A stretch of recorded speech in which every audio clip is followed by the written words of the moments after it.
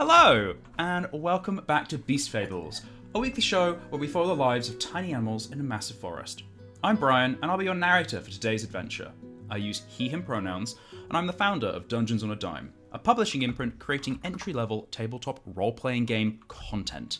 Today I am joined by Ver, Atlanta, and Fraser, who will introduce themselves, starting with the most illustrious Ver. Oh, thank you. My name is Ver, I use they, them pronouns. I am a comic artist and illustrator, and in today's game, as usual, I will be playing as Balthazar of Blueberry Pond, a courageous toad knight who is very, very brave, but also not very cunning. As we can see on this wonderful character sheet here, cunning, D4, the smallest, a small cun. He has 4 brain cells. And they work very hard. Yeah, he gets to use 1 in 4 of them for a good idea, and the rest are for bad ideas. That kind of reminds me. That reminds me of like the Shadowrun system, where if you want to hack things, you count your energy as like RAM, and like you can have like 2 RAM or 4 RAM, and if you cast like a tech spell, 4 RAM just disappear. And I like the idea that like Balthazar has 4 individual brain cells that he can plug in and plug out of his brain, and then once he's used all 4 of them, it's like they're gone. Head empty, no thoughts. They need to cool down. Let's go leave them out on a windowsill for a bit. Let them sun. That's how you do. Moving on to the most vivacious Atlanta. Please say hello. Hello, I am Atlanta. I use she/her pronouns, and I am, as usual, playing my wonderful bat daughter, because I have adopted her now. Pipistrelle, our naughty, intrepid little bat friend, who is constantly getting herself into trouble, but we love her anyway. Bedaughter. Bedaughter. It's like bidet, bedaughter. Oh no, it's not like bidet. Come on, Brian. Not You this. did bad, Brian. It was It was wholesome, and now cute. it's Yeah, and then you ruined it. Roll for bad No, I don't vibes. mean like a. No, I was. Okay, never mind. Let's move Moving on, on. shall we? Moving on to the most acceptable and upright Fraser. What? I love that we got But yeah, by illustrious- comparison, that's like the most subpar adjectives. I don't No, even- like an upright, Acceptable. upstanding, sociable Fraser, gentleman. You're just acceptable. We only just tolerate you here. Hi, I'm The Fraser, toast of and I the have town. legs that let me The stand cream upright. of the crop. As opposed to the cream of the crop and the toast of the town. Okay. Anyway, hi, I'm Fraser. I use he/him pronouns, and yeah, today I'm playing Lutzen, the Chaos Rat. That's it. He's just chaos incarnate, really. Warhammer 40k. Skaven Chaos Watson. Rat. Oh god. Chaos rat. Okay, no, I don't know if Could you- there's Skaven in 40k, but I know there's Skaven in Warhammer. So. I'm pretty sure I there's love it. Skaven in 40k. Maybe they just live on the other starships Mars. and they're just like. Lutzen's going to space. That's it. That's final. In his mech. That's it. In his mech. Yes. Anyway. That's how Canon Lutzen leaves confirmed. the show. Climb into the mech. Woo! Like Diva. Just My people need me. the rat's on the ground. Like, where are you going? We need you. And he's like, my people need me, and just goes off to My the people from Europa. Europa. It's canon now that apparently all rats are from Europa. It's true. We don't make. There's rabbits on the moon. Well, there are rats on Europa. Europa. Yep. It's canon now. So, today we are playing Adventures on a Dime, a role-playing game designed to tell exciting stories with very simple rules. You can see there is a full character sheet here on the virtual tabletop Roll20, on which we are playing, and you can click on dice, and they will roll, and it's really fun. I love that every time I roll to demonstrate how this works, a hijinks comes up for Balthazar, which is really fun. Yeah, he loses one of those 4 brain cells. They just... Down to 3. He misplaced it. He put it out in the sun and he lost it. He can't speak words that are more than 3 syllables. Oh! No. Wait, I would love it if he could only speak words that are more than 3 syllables. See, I feel that's very toadish to do that, but I can't do that, so please don't make that happen because I only know very simple words. Oh. So, would anyone like to volunteer to recap what happened last session? I I will volunteer, as we all know that Fraser is like big no. I'm just bad at remembering everything. Well, I mean, to be honest, I'm not much better. I think we can all collectively agree that Ver is the best like recapper for Beast Fables because That is true. they remember everything and give us such vivid detail, and the rest of us are like, story happened. Okay. Pretty much. But Atlanta, you were there, so I will let you take it away. I was. So we picked up after a quite a long hiatus, quite a long cliffhanger of Ludson and Pip continuing their adventures to try and to catch a fish. And obviously, as we're in the Beast Fables universe, Pip and Ludson are definitely creatures on the smaller side, and they're trying to catch creatures 2 or 3 times their size. And they'd asked the local otters for help, and that wasn't really going anywhere. So we picked up with them trying to concoct a plan using a large net to try and catch fish. So after fixing the otter's net, Pip then suggested that maybe she fly, sort of hover over the net, holding some leaves, crumpling them up, dropping them into the water to try and entice fish into the net. It kind of didn't really work very well. She tried. But, Ludson and Pip are too small, really, to actually pick up fish, with their own tiny little bodies. They're just too small. And they were going to ask the otters for help, but unbeknownst to us, as we had finished off with the session previously, before the hiatus, there had been a pike spotted further upriver that we hadn't seen, obviously being further upriver. So we are continuing our adventures to try and catch a fish. We're asking for help. We're not really getting anywhere. And suddenly, oh gosh, actually, what was it? Did Pip fall into the water, or was she grabbed? I actually can't remember now. You had attracted a fish. The pike ate the fish and thought it would go for seconds, and that was it. So dragged you into the water too. So Pip had. So we did manage to attract a fish. We were trying to get the fish out of the water, and then something bigger came along and ate that fish. And Always a bigger fish. I was literally about to say that we are sharing the brain cell today. Yeah, the brain cell. Hell yeah. Hell yeah. That's where the misplaced brain cell went. Oh, it crossed dimensions, and it's now residing in both Ver and myself. How wonderful! Quantum brain cell. One brain cell. So the pike had swum upriver, had snatched the fish that we were trying to catch, and then saw Pip hovering above the water, and thought, "Perfect, time for another snack." She tries to avoid the pike kind of leaping out the water at her, and sort of mistimes her maneuvers, falls into the river, and is entangled in the net with a huge pike. Poor old Ludson at this point is at the side of the river, doesn't know what to do, jumps in to try to save her, uses his wonderful little swimming rat tail, which I absolutely adore, which kind of moves around like a propeller. What a wonderful image from last session. To jump in and try and save her. Pip kind of floats, or sort of sinks really to the bottom of the river to try and get away from the pike, because she can't, she's in water, it's loud, she's damp and bedraggled because her bat wings are not good in water, and Ludson swims down to save her. We manage to swim up kind of past the pike, but the pike loses interest in kind of manage to break out of the net and loses interest in the other fish around, and goes straight for Pip and Ludson. Pip is kind of like thrown out onto the riverbank, and Ludson is swallowed almost entirely whole, I think. Consumed. Yeah, was consumed by fish. And Pip is at the side of the river, has no idea what to do. She yells for help. All the otters have run away. There is no one around. She's so sodden with water that she can't fly.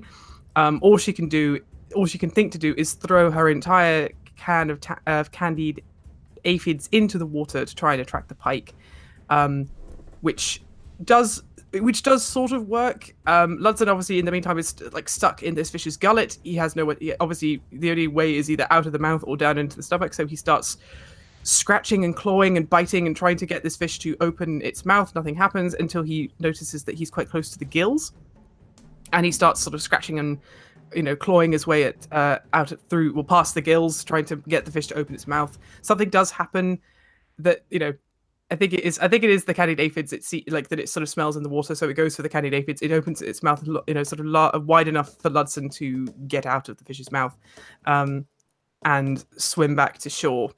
But we sort of managed to, Pip and Ludson managed to escape the jaws of death, quite literally, and lie tired and exhausted and pretty hurt.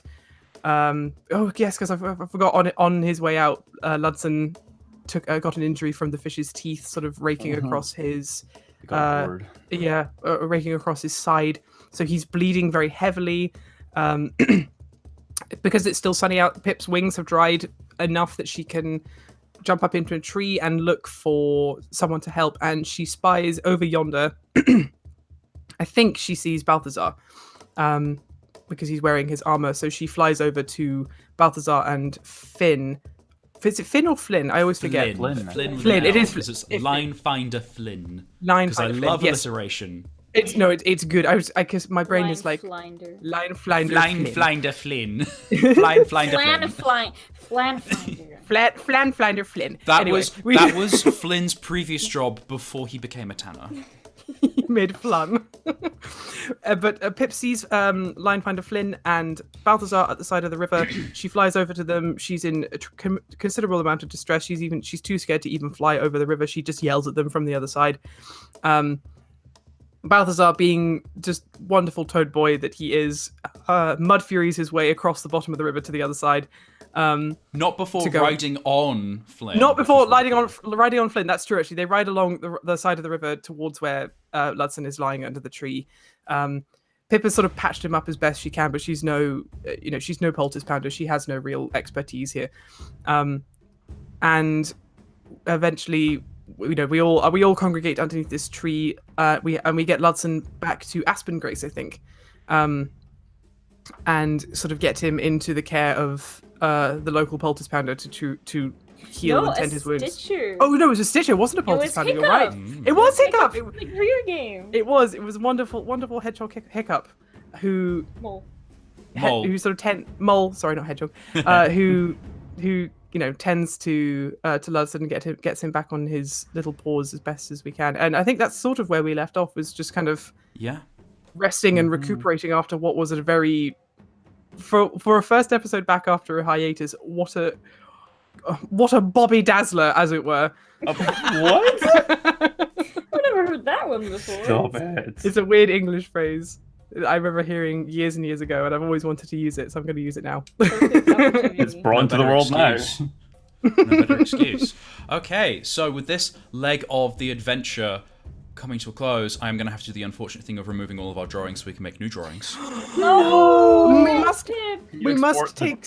Yes. Export the canvas or something. I don't know how it works. We have to take screenshots of hand Pip. Can you make just a new map Yep. thing? Oh, a new scene. I'm just going to make a new page, because guess what? This is Roll20. We're in control here. Yay! Blam. Nice. Look at this blank canvas for us to create more, desecrate and create more cursed hand pips. More cursed images. Oh man. My favorite kind. Exactly. I'm going to take over. Remember, we are also using the supplement Vice and Virtue, which will be releasing soon. I'm getting it printed, guys. Heck yeah. Ooh, exciting. So, that'll be fulfilling from the Kickstarter that ran like a million years ago. Oh god, I love that some fingers from Handpip also came with this. Oh no. Oh god. But you guys each have little boons you can tag in your adventure, which you have not been using. So, I keep reminder. Oh my god, I Drama's forgot I just had too an auto intense. self. Yeah, genuinely, I completely forgot. I could have succeeded on something yesterday. Oh my god, idiot. Or last I week. also had an also other. Oh my god. What is time I anymore? think it's because we haven't drawn a new, we're still in the chapter Paws Gilded by Blood. Oh yeah. Which we started ages ago. So I think that's why we keep forgetting about it, because very true. Refreshed. Kind of immediate mind peripherals. It's not in our mind palaces. So, Our mind I'm going to choose some music which I feel is appropriate. It is a very warm, sunny afternoon. Hot, actually. Bakingly hot. It's maybe 35 degrees out. Blue skies. The sun is still beaming. We are at the tail end of a drought-worthy summer in Scotland. if you had not recently refreshed yourself, Balthazar, in the river, you would be a little parched right now. But you did have a nice dip. And all of your clothing is wet. Yes, yeah. I forget what it's called, but the kind of cushioning Tunic. that you have under armor, the tunic, and all of that. The padded The, tunic, padding. Gambeson. That thing, yes. That's all stuff. soaking wet.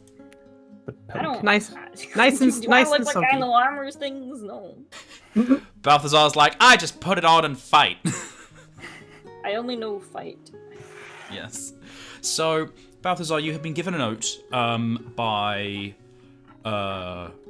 Hiccup, a Yes, mole to give stitcher, to- to take to the Tanner in exchange for Hiccup taking care of your friend.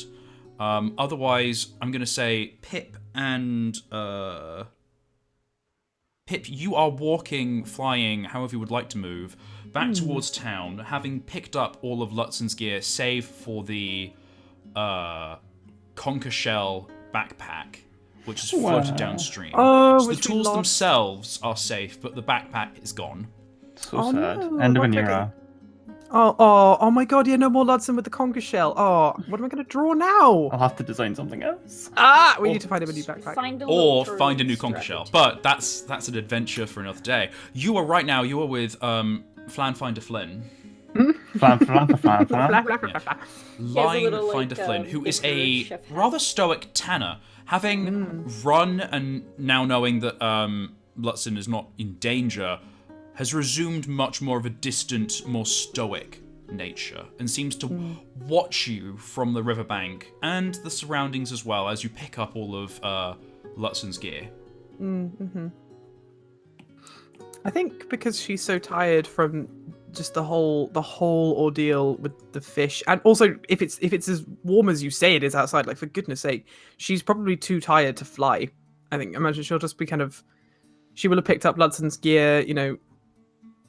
I obviously, like, I don't think animals sweat in the same way that we do, but like she'll be, you know, I think she might have even stopped actually just to take off her flight suit, so she's just gonna let all of her fur kind of like, you know, breathe and sort of get down to her skin, because she'll just It is a bit nicer because you have been like, it's matted with silt and river water and gross claggy mud, and so taking off the flight suit is a little bit more refreshing, because it's, I mean, if you've ever been in wet clothes in hot weather, it's gross. Yeah, unless 100%. they're clean.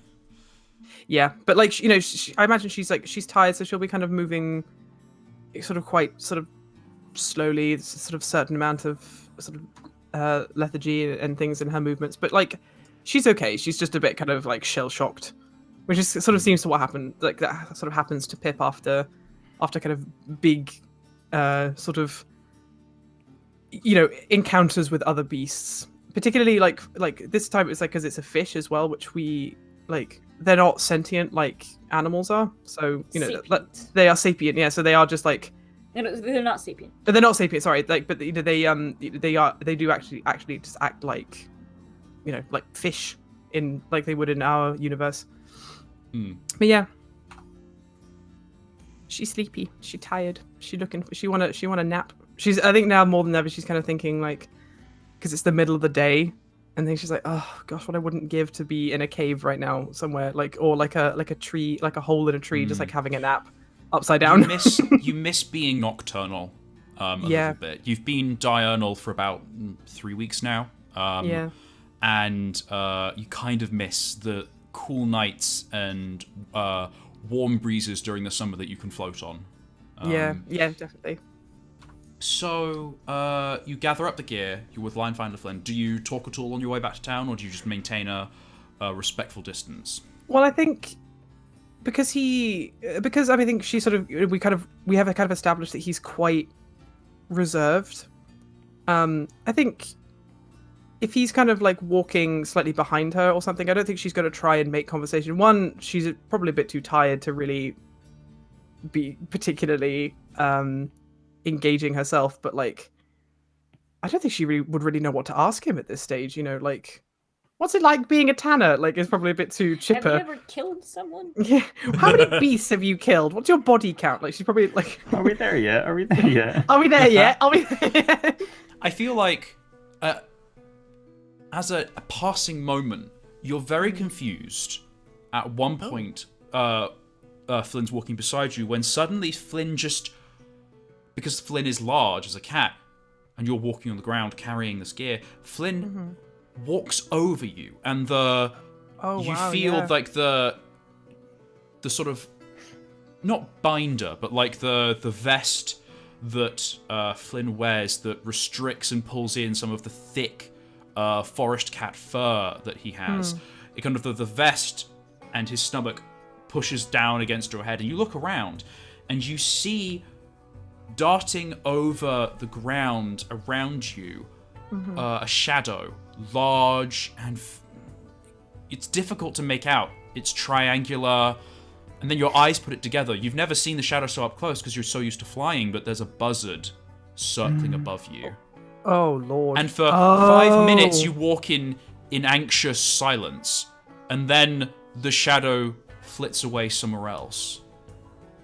And Flynn then stops walking atop you, if that makes sense. Sort of resumes being towards your side. Oh, that's really sweet. So he was kind of protecting me from... Well, I mean, yeah, like... If you'll excuse the phrase, I'm basically a sitting duck at that point. Yes. Crouching bat. Yeah, that feels. That's very. Anyway, yeah.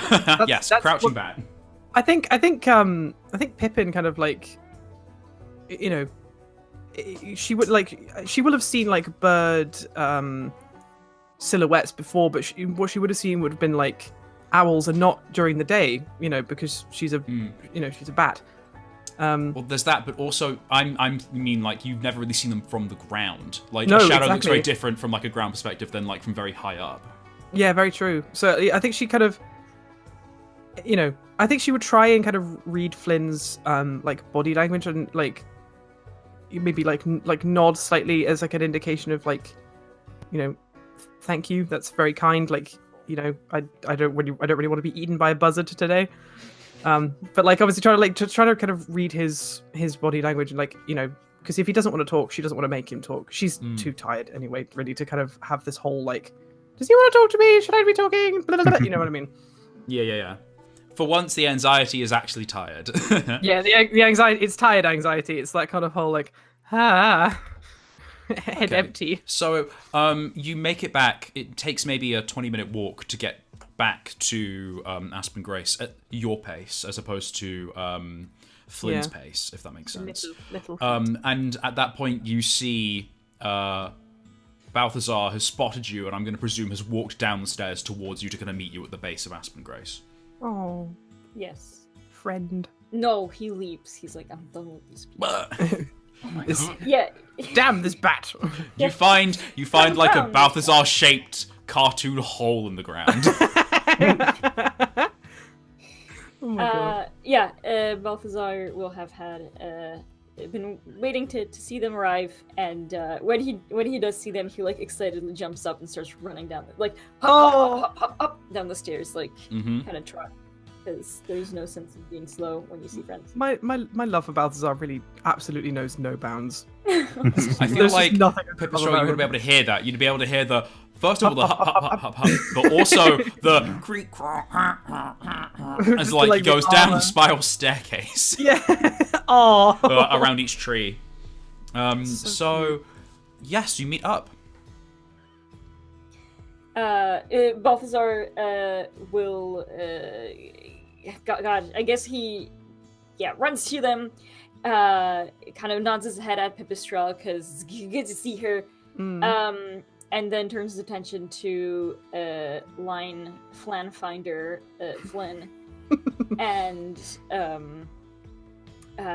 says, "Line Finder Flynn, thank you very much for escorting Pipistrel to the town. I think I did spot some manner of large flying beast in the distance, and I was a little worried. But of course, I should have assumed that no harm would come to my fine friend with you at her side.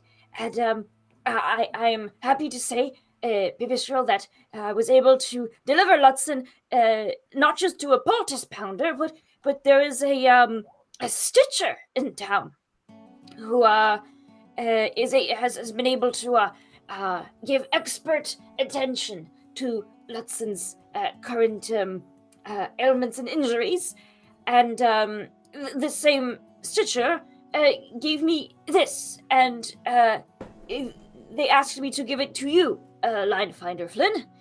And Balthazar produces the piece of paper, and so the note, which is regular sized in your little, well, it's a slightly oversized in your toad hands. You pass.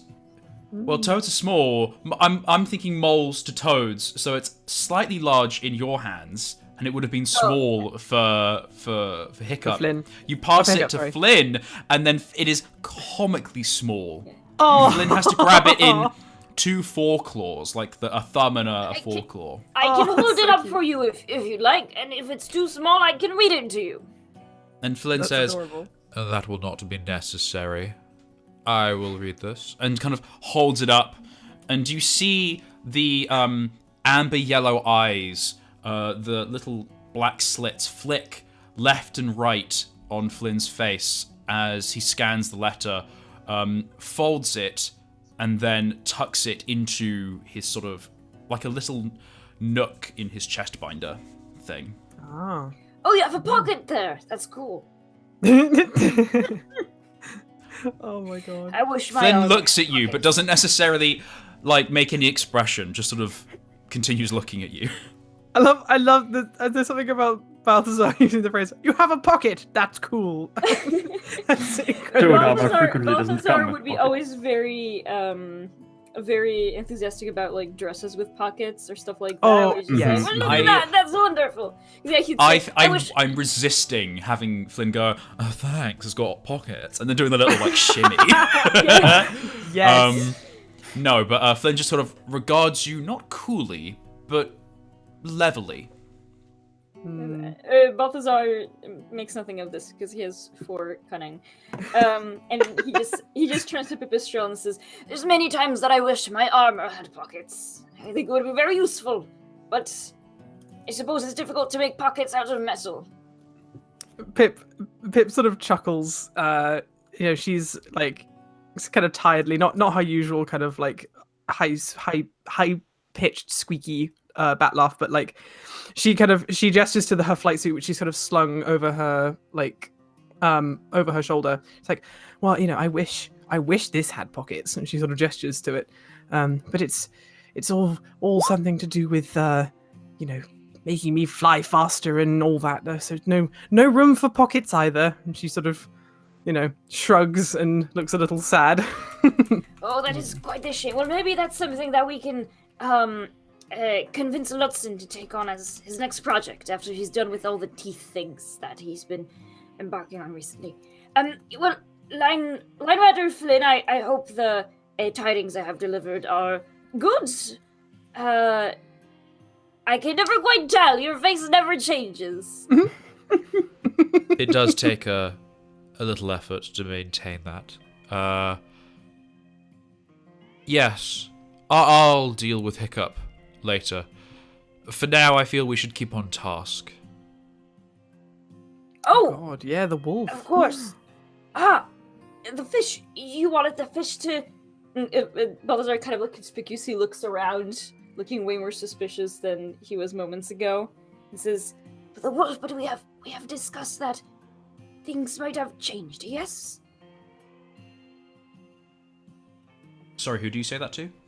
Linefinder Flynn. Because they were talking on their way to the river and then, disaster struck. Yeah. Or on their way down the river. Mm-hmm. Yeah. Well, Balthazar was successful in convincing the wolf that they could go towards this blueberry pond that you hail from, and, well, do so speedily. Ultimately, we might not have to poison them. I think Pip, hearing this news, there is part of her that's like, so we did all of that for nothing. her little ears kind of droop slightly, but then she kind of rebounds and says, "Well, I suppose then I was not particularly looking forward to the idea of poisoning this wolf, and I am happy that my dear friend here, and she gestures at Balthazar, has convinced you that perhaps other paths might have been more beneficial to us all. In all honesty, I thought this summer would have abated by now and faded into autumn, but unfortunately, it has not. I would not want to leave some 300-pound hunk of meat out in this weather. That would be vile. So, if we could deal with this wolf, I guess we could do it this way. Anyhow, I think there was unfinished business that it wanted to resolve, and if we could do that quickly, we could all move on with our lives. Indeed. Well, the wolf was, I think, going to go collect their things and just spend one more night copying their notes. But I suppose perhaps we could go speak to it or wait this night and await for it under the windmill, where it usually makes where it usually settles in. I'm not entirely sure, but I suppose I could also take this time to procure a map of the Bristley Woods and mark where the Blueberry Pond log is to make sure that the wolf can get there safely and soundly. That sounds like a reasonable thing to do. And Flynn pauses and looks at the both of you and says, Well, you've decided to run this. What shall we do? Well, let's find out if there is what do they call it? A chapter house of the Guild of Mappers, and perhaps we can convince them to part with one of their maps or draw one up for us. Pip nods in agreement. I don't think climbing trees will necessarily be useful for me. What shall I do while you find this map? Ooh, yeah. What shall we ask?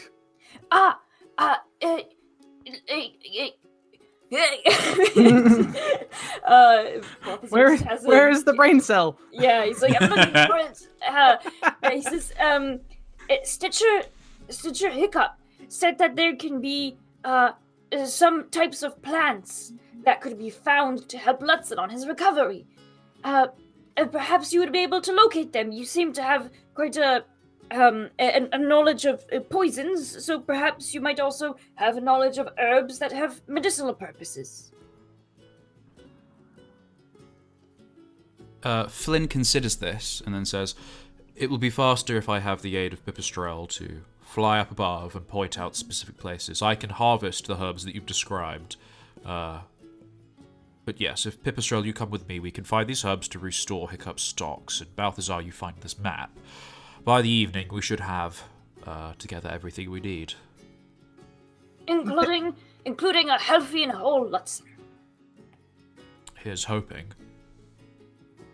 Oh god, I don't like the way he said that. Pip kind of doesn't look in any particular, like, she doesn't really want to have to leave Balthazar again, but she's like, well, if anything to help our dear Ludson, then yes, I would be very happy to help. She's like, she feels really bad that she couldn't like help him more at the riverbank because, she's not a Stitcher or a poultice pounder. Well, I am amiss to part ways with you once more, Pipistrel, but I feel with Linefinder Flynn at your side that you will be safe. And then he turns to Flynn and kind of looks very serious at him and says, and I do hope that I am right in this assessment. Please watch out for her, yes? Oh. If anything should happen, you will feel the full might of a knight of Blueberry Pond. Oh, it's so small and threatening. Up your batter, you mate. Okay, so who do we want to follow first in this story? I think, well, I mean, actually, I was going to say maybe Balthazar because we had such a huge focus on Pip and Ludson last episode. It'd be nice to sort of start with Balthazar and see what he gets up to. putting his bartering skills to good use. It's so. Sure, I actually can't wait to see him trying to barter us a map. It's gonna be so fun. I mean, he got free bread.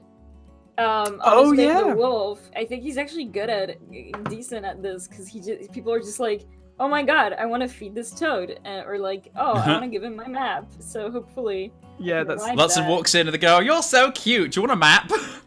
Not Lutsen, Balthazar, but yeah. You look lost, friend. 5 points. Oh my goodness. Okay, so I feel like this is the time for a new scene Ooh. using Vice and Virtue.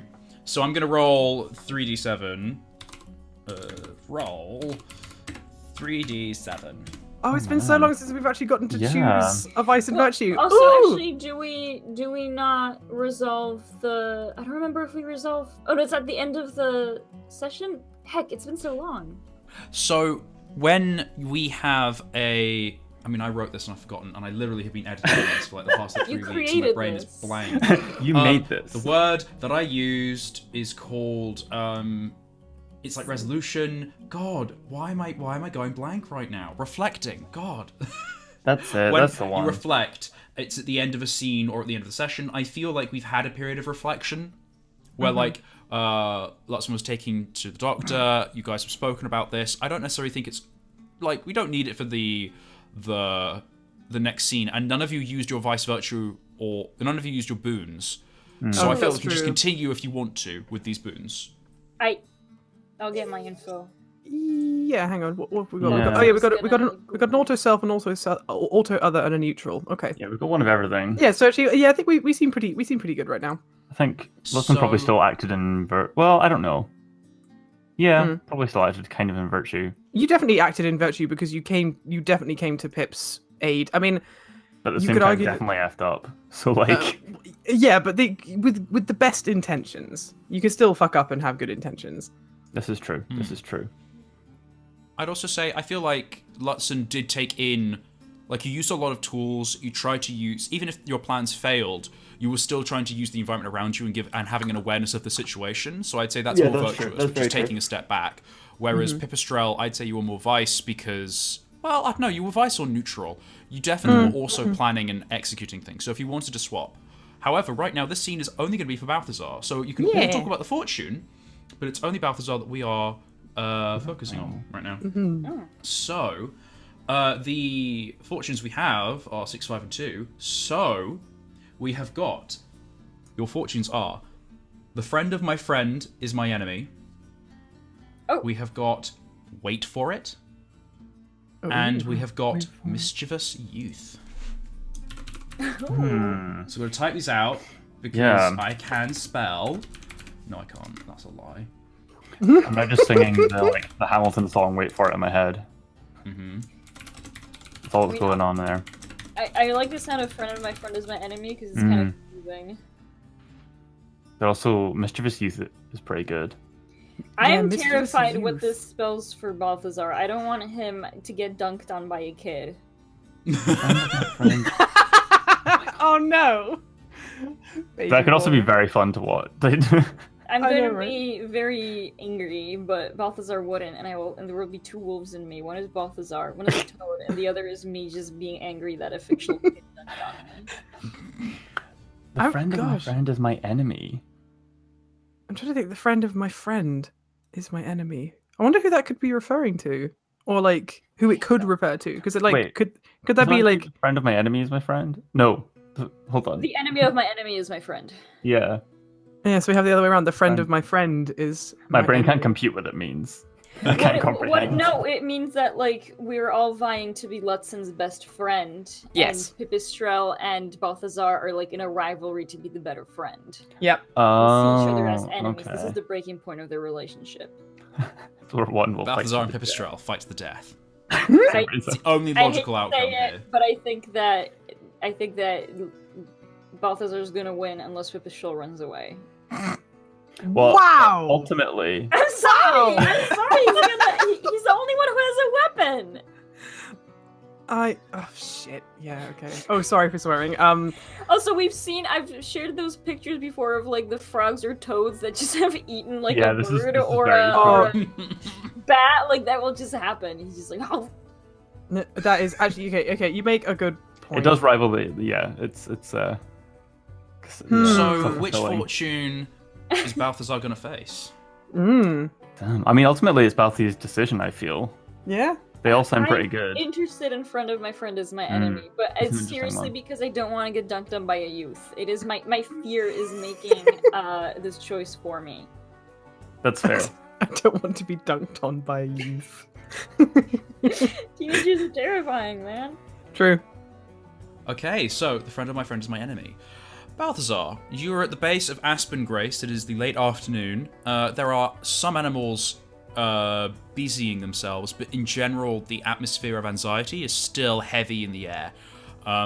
They don't know that the wolf is going to leave yet, so they still believe this wolf is just on their doorstep and could eat them at any point. Yeah.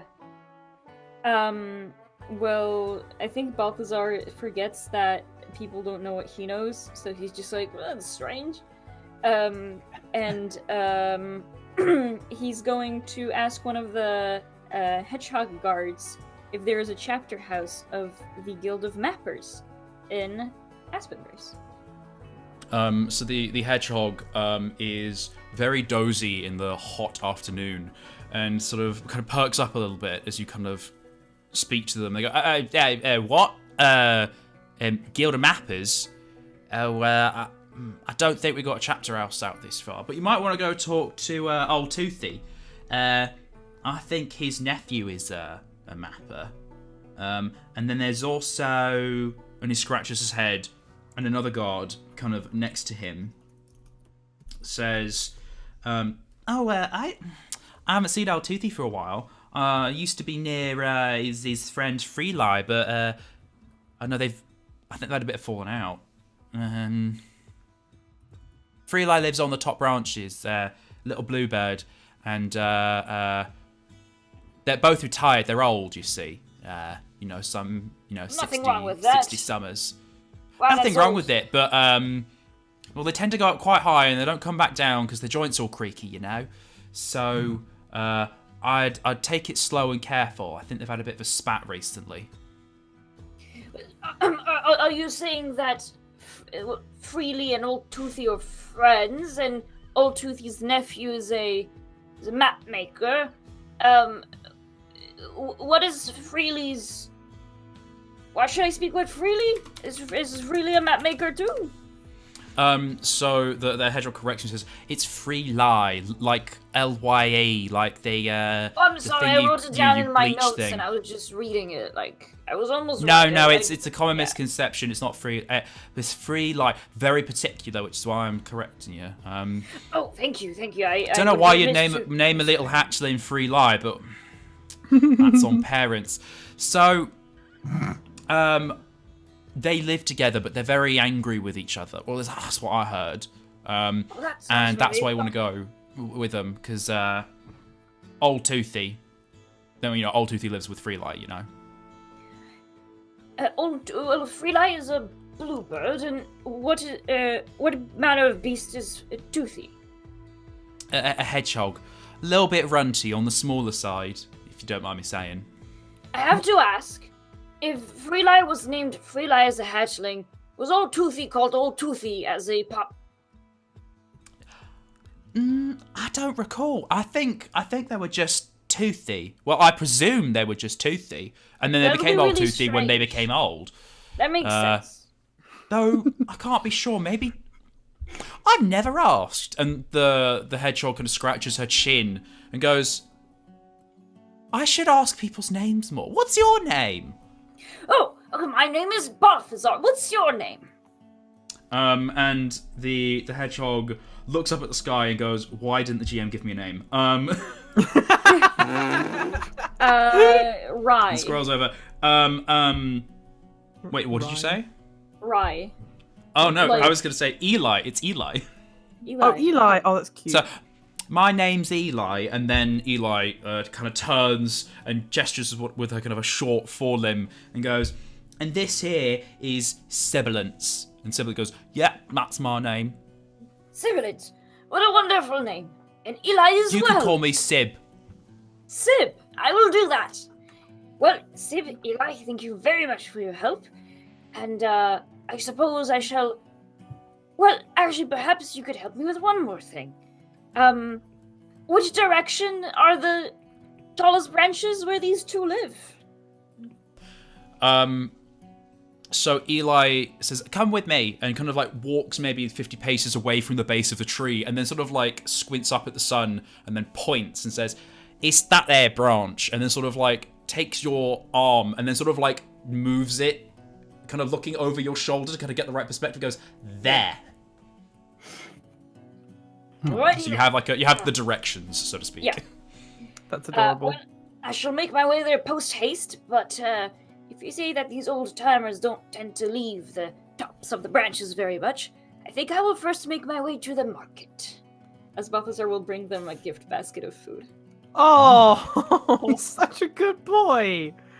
So you waddle hop, hop, hop, hop, hop, up the spiral staircases that mark all of the trees of Aspen Grace, up through several levels, across a rope bridge, and you make your way to the market place that spans on wooden boards across the old river ditch that separates the two halves of Aspen Grace, if you remember. Yeah. Yes, yeah, this is where we spoke with the with the hare, right? Yes. Yes. I think his name was Leon de Grance or something like Yeah, that. Leo de Grand. Yeah, Leo de Leo Gros. de Grance. So that's where you met with Leo de Grance. That's also where you met with Dougal and Jeffrey, who are some other guards. Oh, Yeah. Dougal and Jeffrey. And we saw there wasn't many stalls, but there was a seed bank person. Well, there are several lots of stalls, but a lot of them were empty. Yeah, sorry, no one that's was what I coming meant. to the market. And there was a Seed Sprout representative, Ewan, who had sacks of grain guarded by two guards, who were Adele and Damien. Okay. Ah, okay. Got it. So this is actually going to be our first time actually kind of seeing like a real, like Beast Fables market, I think, because we kind of we've kind of this seen. one's not. Oh, but not like an there's active one. nobody Oh, here. yeah, I suppose that's true. Yeah. Because everybody's freaked out by. God, one day we'll get to Odok and we'll see like the big markets of Odok. I'm so excited. Anyway, sorry. The big boys. Anyway, this is a Balthazar time. Well, when I get to the market, do I kind of see a similar desolation? Similar what? Sorry, I said desolation. It just is it similarly like empty. I'd say I'm gonna just roll, and I'm gonna roll a d6. Roll for stalls. Roll for shopkeepers. 1d6. Give me a It doesn't C. like me. Give me a 6. Roll. 1d6. If it's odd, it's completely empty. If it's even, there's some people around. Ah, it's a 4. So, I'd say I don't necessarily know if beasts have like a calendar that I have figured out, but it's near the end of like a week, if that makes sense. So it's sort of like this is the time when people have to come out and do their grocery shopping because like they've been putting it off for so long because of these this wolf that they're now kind of like they run to it's sort of like the beginning of the pandemic when everyone was buying toilet paper. Like everyone's running into the market, they bought stuff and now they're running away. Yeah. Right? Oh my god, So- that's too real. So the market has a few traders who are set up who have put rugs on top of these wooden stools that are built into the deck of this floating walkway. And they have some wares, some bags, some wooden bowls of grain and seed and other things. One of them is trading pots and mugs and cups and things like that. All sorts. So- Balthazar will be going to one of the food stalls, but despite himself, will stop by the stall with the mugs. Oh. So you see that this is run by a squirrel who has kind of mottled grey red fur. The squirrel has little spectacles on, which are very thick, and has a cane propped up against one side of the stall. And no, not a cane, like walking crutches, if that makes sense. And is kind of hunched on a stool, and is seems to be tallying up and counting everything that they have at the stall, as if they're like it's the end of the day, if that makes sense. Yeah. What kind of mugs are there? Is there one that has like best hedgehog that I can give to Old Toothy? Best hedgehog. So there isn't like a written glaze. These all seem to be quite practical. I'd like you to make a... We'll describe Cunning roll. how you're looking, because we'll see... I want you to make a roll to see if you can find a mug that is, like, cool. So describe how you're looking through the mugs. Balthazar, like many toads, has an appreciation for the fine arts. And the way that he approaches this is very much just like delicately, picking them up and assessing them and just being very like very attentive and enraptured and like actually admiring them.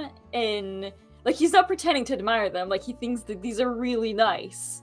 But he's trying to find the nicest of the nice, and he's like delicately picking them up and kind of like, he grabs the ear of one mug, being like, how would it be to drink from this? And just kind of really doing a careful assessment. Okay.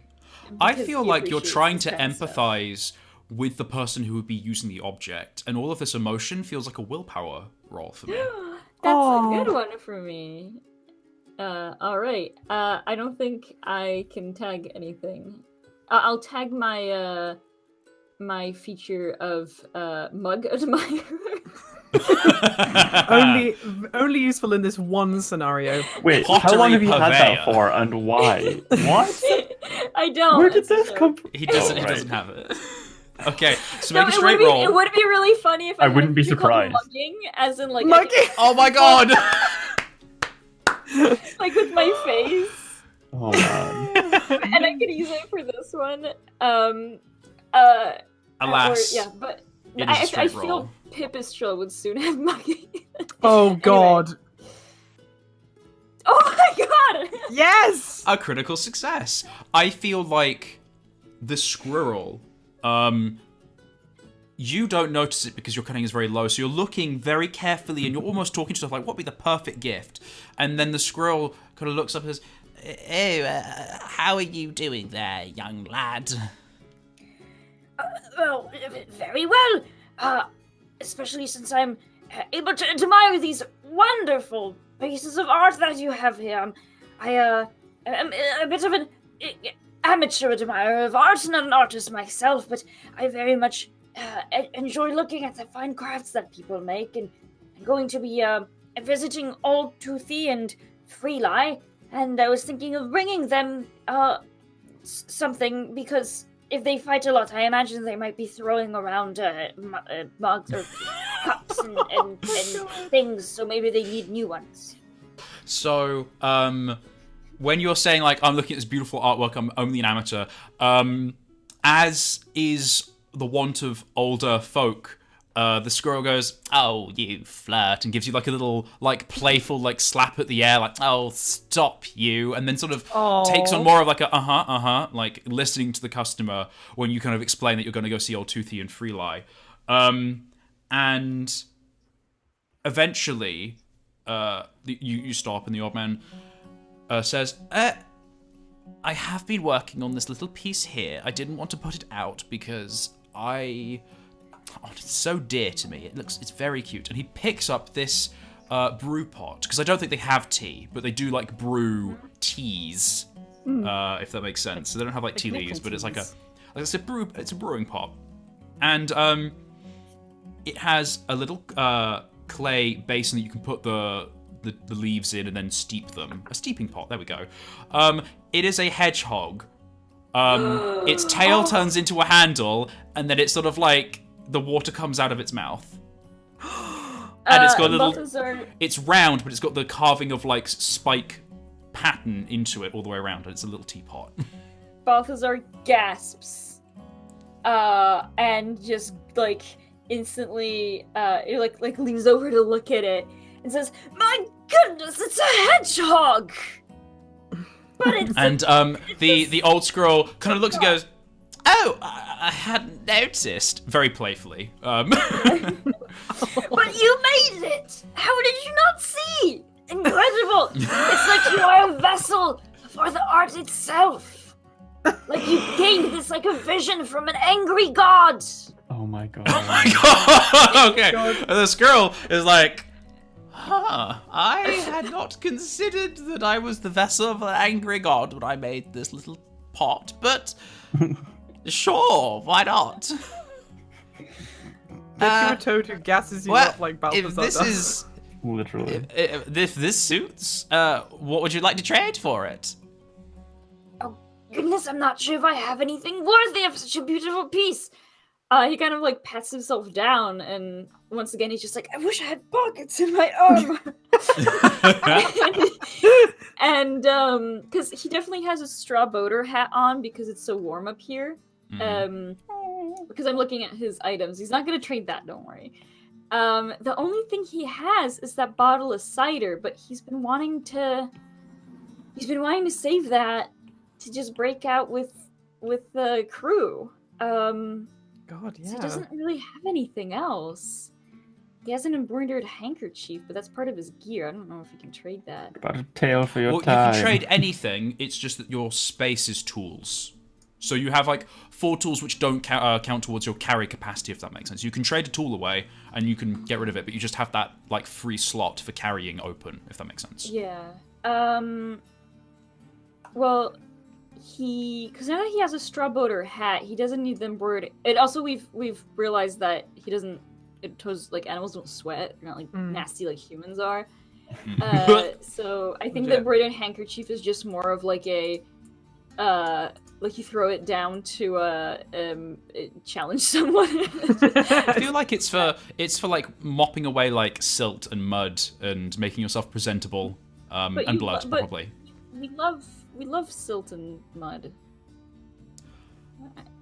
I'm told. I love it. I don't know. I'm not a toad. No, I guess. Well, because he does have it. He has a polishing kit that he could also just use to clean his skin. Well, you know what? He's gonna take out the embroidered handkerchief and say, or he's gonna say, I don't know if I have anything that could be worthy of art other than art itself. And he's gonna take out the embroidered handkerchief and say, this is one of the embroideries that we make in the Blueberry Pond Lock. Each generation of knights has a slightly different one. And mine looks like this. As you can see, there are blueberries on it. But there's also a little group of not knights that are valiantly fighting against a buzzard. It's a little scene, you see. So the squirrel kind of takes the handkerchief and sort of probes and pulls at it, and you hear the bom bom bom as he's testing the quality of the fabric. You see his little sharp claws kind of like pick at some of the stitching to see if it lifts up, but it's very well made, so it's very tight. So it goes underneath, but doesn't like rip anything out. Yeah, because he's never used it. So and I think he'll say, normally you would use it perhaps to challenge another knight or to make yourself presentable, but it's just such a fine piece. I couldn't bring myself to use it for filth or dirt. So the squirrel kind of looked and goes, "Oh, this is a very fine piece. I'll be honest, this is a little too fine for some of the things that I make. Why don't you take some other mugs as well? I feel a fair trade. My daughter will love this. She's rather scrappy." Oh, she can challenge so many people with it. Well, I wish her the finest of battles.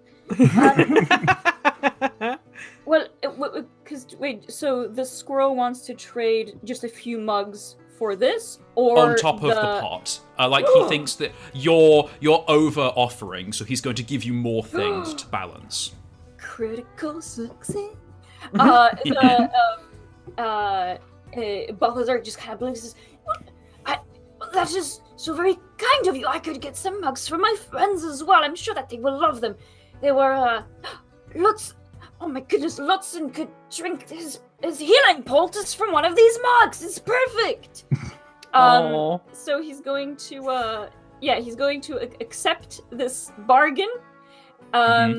He will take the hedgehog simmering pot. So you get the hedgehog pot, and you get a handful of pottery.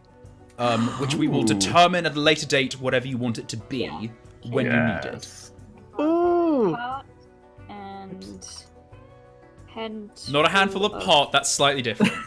No. Hedgehog pot and handful of pottery.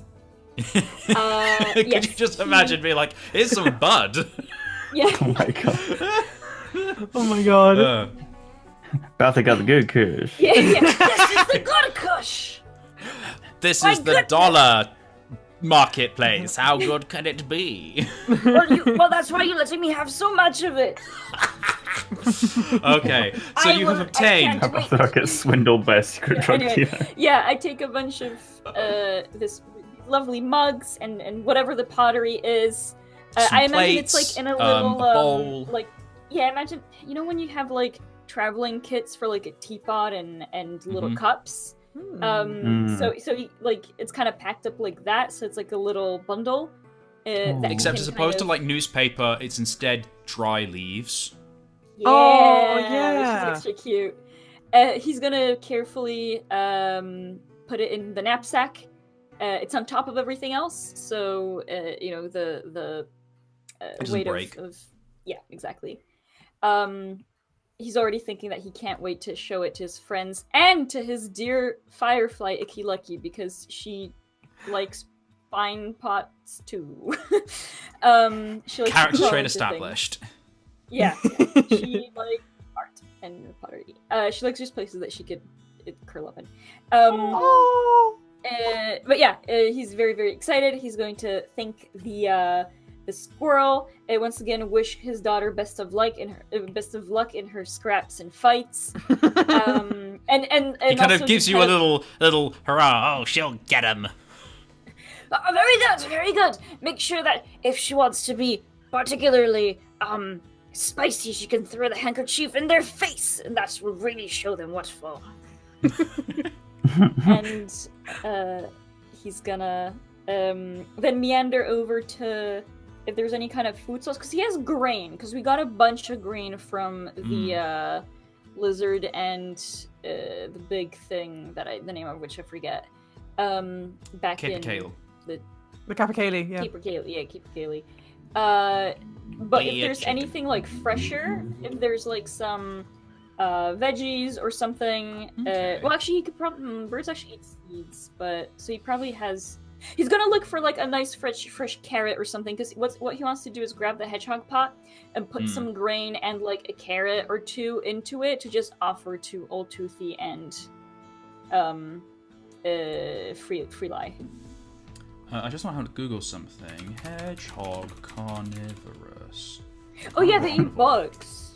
They eat bugs. They are omnivorous. They can eat. They feed on insects, snails, frogs, toads, snakes, bird eggs, carrion, Oh my mushrooms, grassroots, berries, snakes? melons, and Oh, watermelons. well, let me go kill a snake real quick. Well, actually, if there's, because the bird would also eat bugs, so actually, Yeah.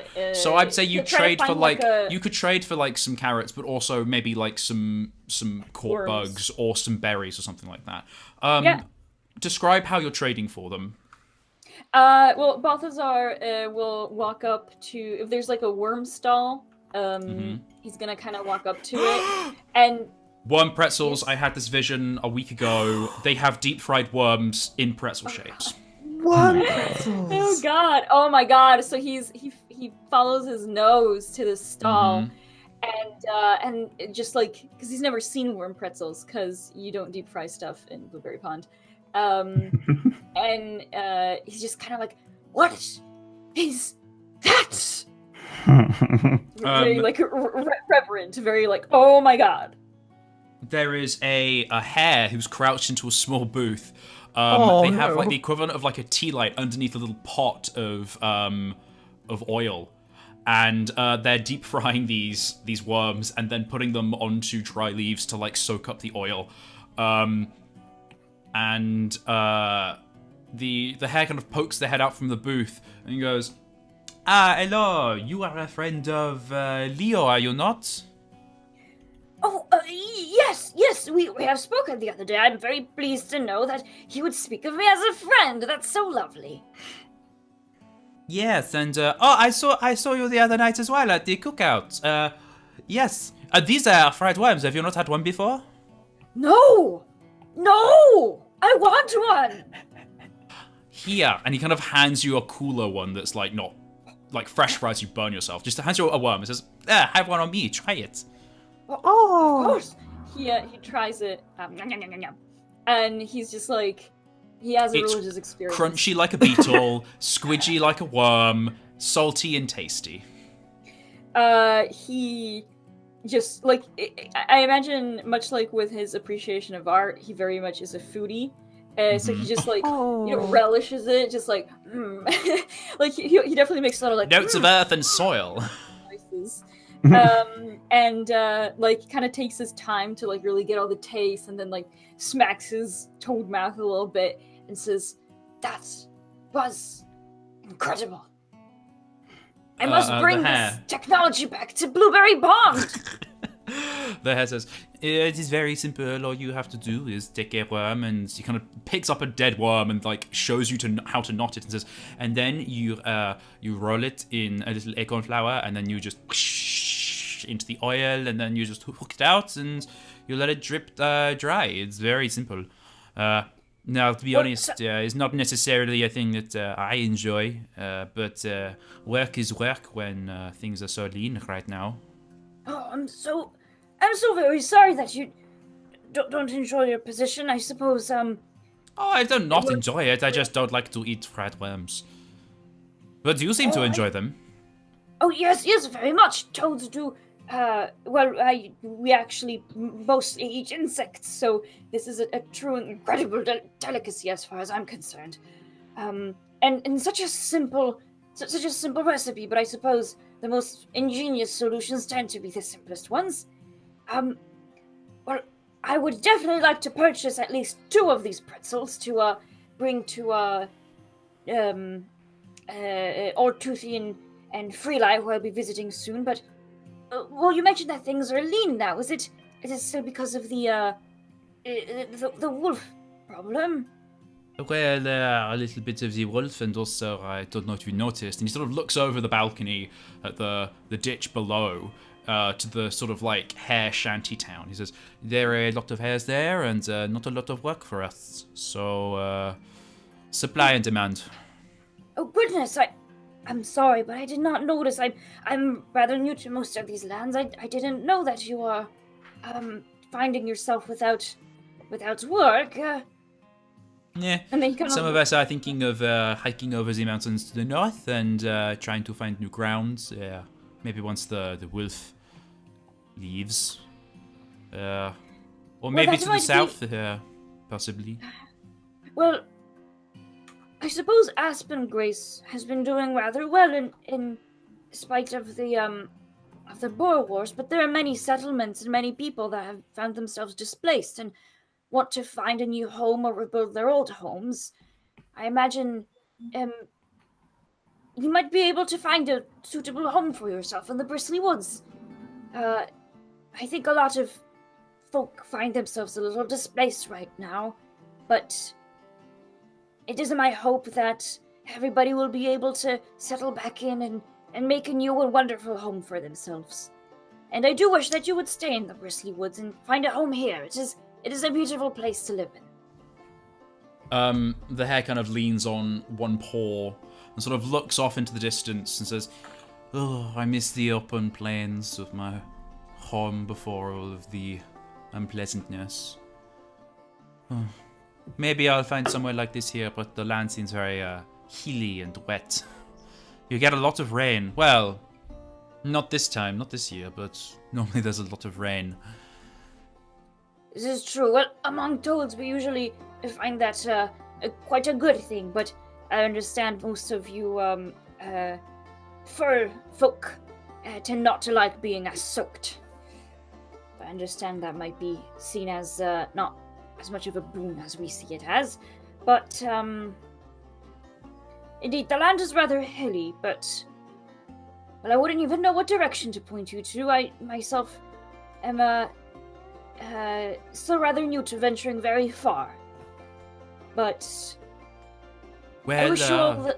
Oh, yes? Good luck with your journeys, but for now, you wanted some worms? Yes, indeed. 2 worms, please, and I have some grain that I could trade for it. Okay, I'd like you to make a willpower roll because you're having a friendly conversation with this hare as to how well you barter or how much grain you Yes. barter for the worms. Can I tag my compassionate demeanor? Yeah. As I, he kind of took it, like, empathized with, oh no, you Yeah. guys are don't have work. You're I'm making so sorry. friends. I'm making friends. Whoa! Critical success and a hijinks. That's really fun. Ooh. Like, at Okay, one so that's- point, it Harris is a critical hears success. Me and thinks I said something offensive to rabbits, but then it's like, no, I said something else, and he's just like, oh, never mind, God. Yeah. That's fine. You reel it back in. But yeah, critical success. I'm going to say that for the pleasant conversation, the hare actually kind of glances around and says, my boss will not be back for a half hour yet. He's having a little keep on the tree branches. And he sort of like slides you 2 worms and says, oh, go on. Oh, are you sure? I hope you won't get in trouble. Especially if Oh work no, is I'll just say difficult. that I got hungry. I don't eat them. Well, I hope your boss won't find it suspicious if you don't eat worms. But, well, thank you very much. Thank you very much for your kindness. I very much appreciate it. You're like, oh, I hope the boss won't mind, and the hare says like, oh, just be cool, just go, just be cool. Okay, he kind of puts them, like, tucks them into his arm, and is just like, Thank you for this transaction. I hope that all of the grain I gave you is the right amount. Oh, and the hare's like, Goodbye. just be cool. I'm going now. Goodbye. Ugh, and he kind of puts his his head in his paw. He goes, ugh. so And as now you're walking that- away, he says, that is the weirdest frog I have ever seen. Wow, that was the hijinks. Wow. Uh, Fucking shade. I need to get Pipistrel to embroider like toad on my boater hat so everybody Oh my knows what God. I am. So Yes. I'm just saying it. Yeah. It's so Balthazar- specifically because toads are. We've canonized that toads are reclusive and never leave their homes. Yeah, yes, There- yes, there was I just, like, know. look I at know. this People weird think frog. that he's just like a weird stumpy frog that can't. Oh. Yeah, he now equipped with a hedgehog simmering pot, with 2 worm pretzels and I guess a handful of grain inside. He's gonna make his way to the direction that Eli pointed out to him, and I guess try to solicit maps or So nephew services. Up Yeah, the yeah, stairs. yeah. I wanted to say, Balthazar never walks on the stairs. He doesn't quite run, but he kind of does that, like, lift your legs, like that kind of run that you do for exercising to lift your legs really far up, and he kind of just, like, trots up the stairs that way. Aw, Adorable. Yeah. high knees.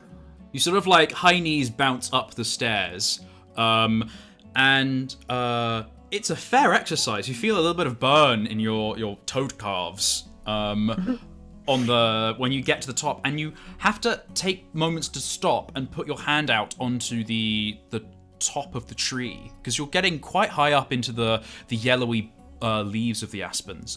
You have to kind of steady yourself as a breeze starts to make all of the branches shift slightly. Oh no!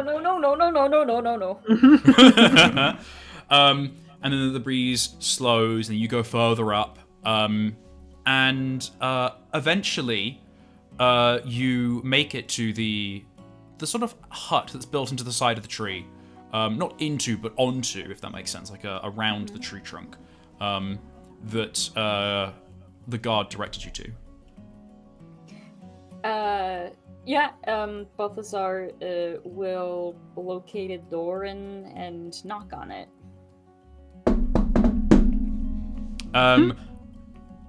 There is Hello?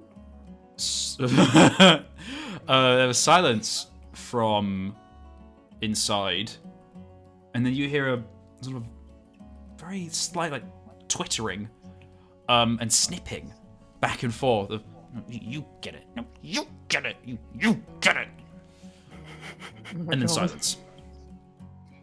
Balthazar knocks again, saying, "Hello, is old Toothy and Freely either one of them home? An aged blue tit with sort of like grey feathers, or greying feathers, faded, like sun bleached, if that makes sense, pokes their head out of one of a window in the hut and goes, "Yes, what is it?" Hello. I was hoping to speak to one of you. I understand that I think Old Toothy has a nephew who might be a map maker. I am after a map, you see. And the bird kind of glares at you for a short moment, and then the head disappears back into the hut and says, and you hear muffled, "It's for you." And then like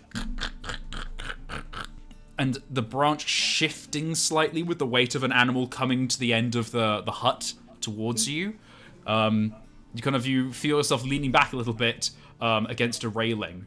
And then the door is yanked open.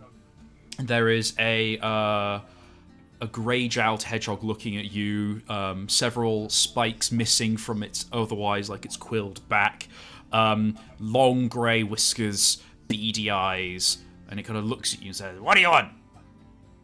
Hello.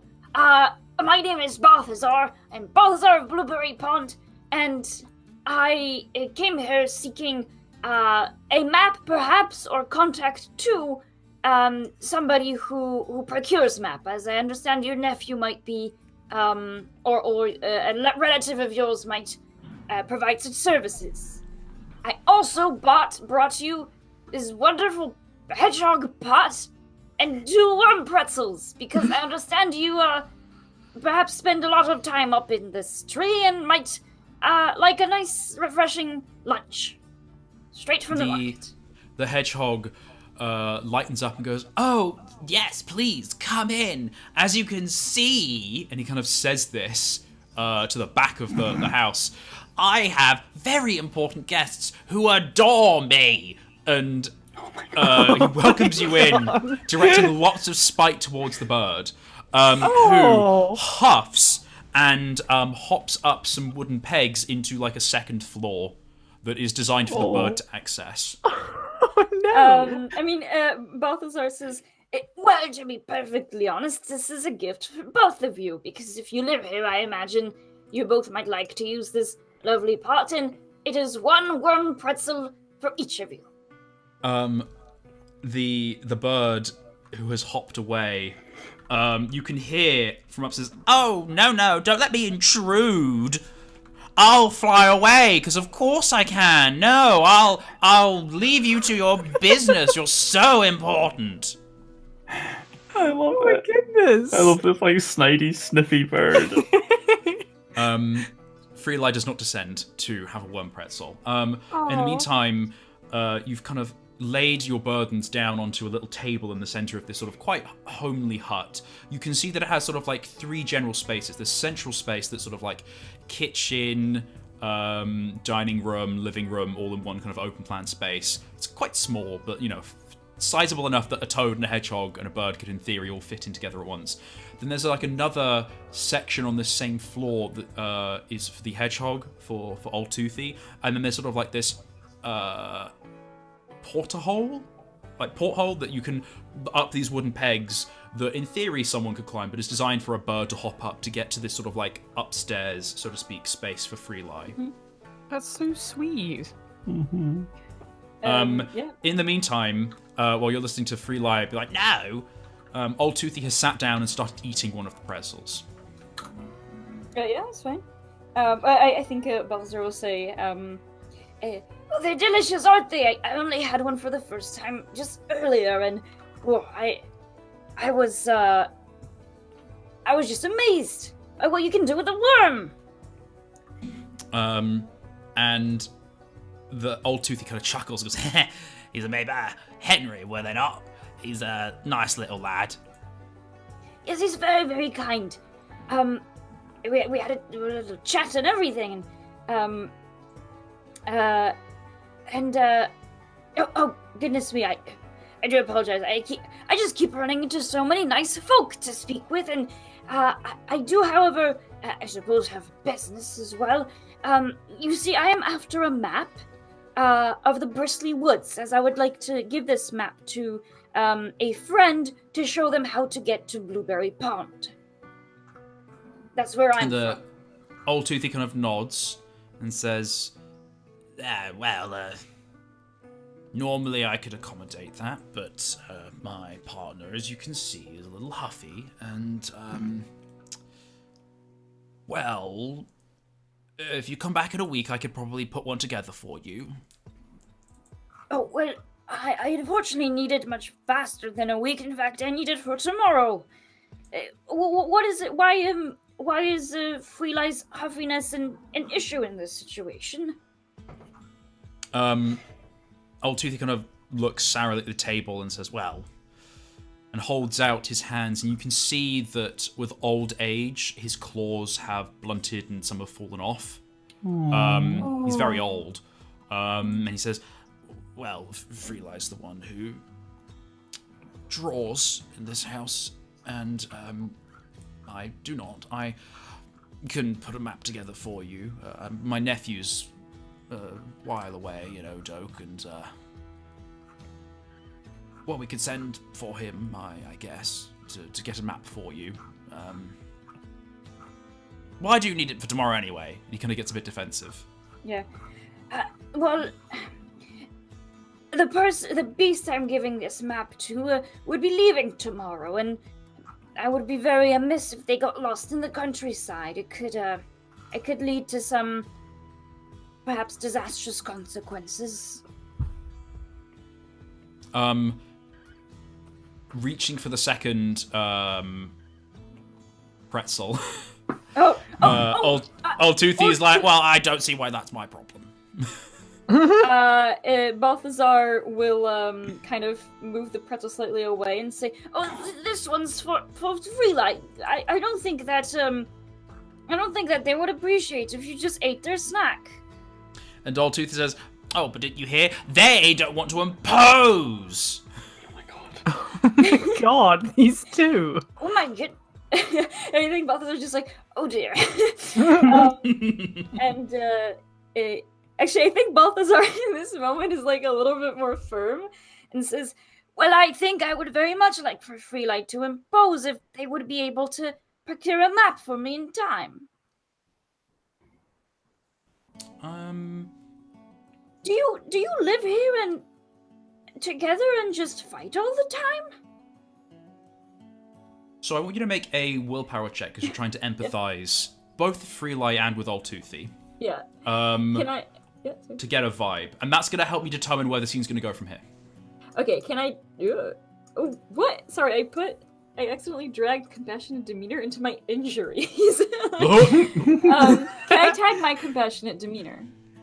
No, because you're injured with it. It's just you're too compassionate. You're too demeanored.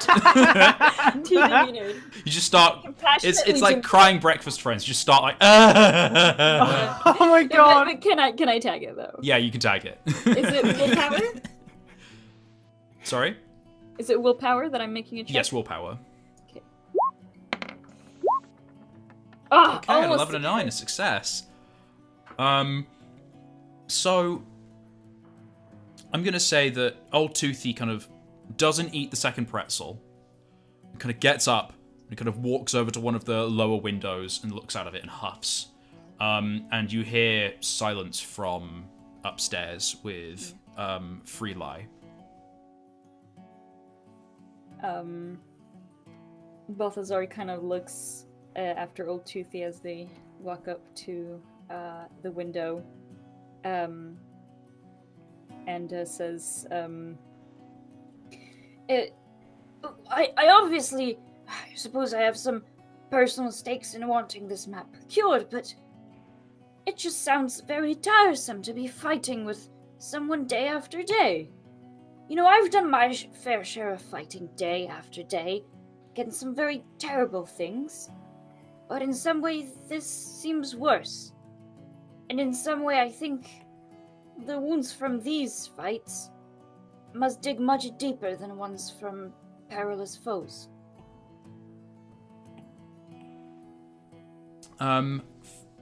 Old Toothy sort of looks out the window, which is closed, and says, "It's so stuffy in here." And he kind of walks out the front door to the balcony, assuming you, and I assume you kind of go with him.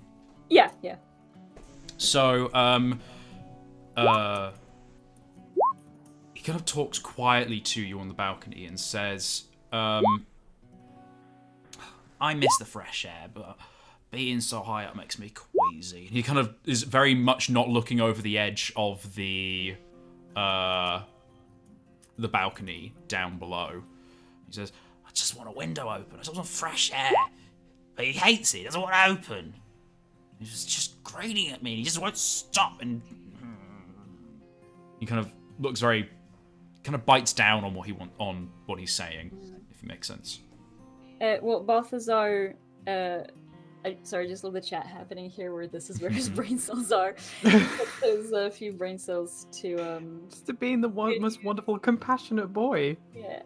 And he says, "Well, Freeli is a little bird, and otherwise I would imagine any flying beast would very much enjoy the breeze, but from what he said, can he not fly anymore?" Make a willpower roll. I think this is touching a nerve.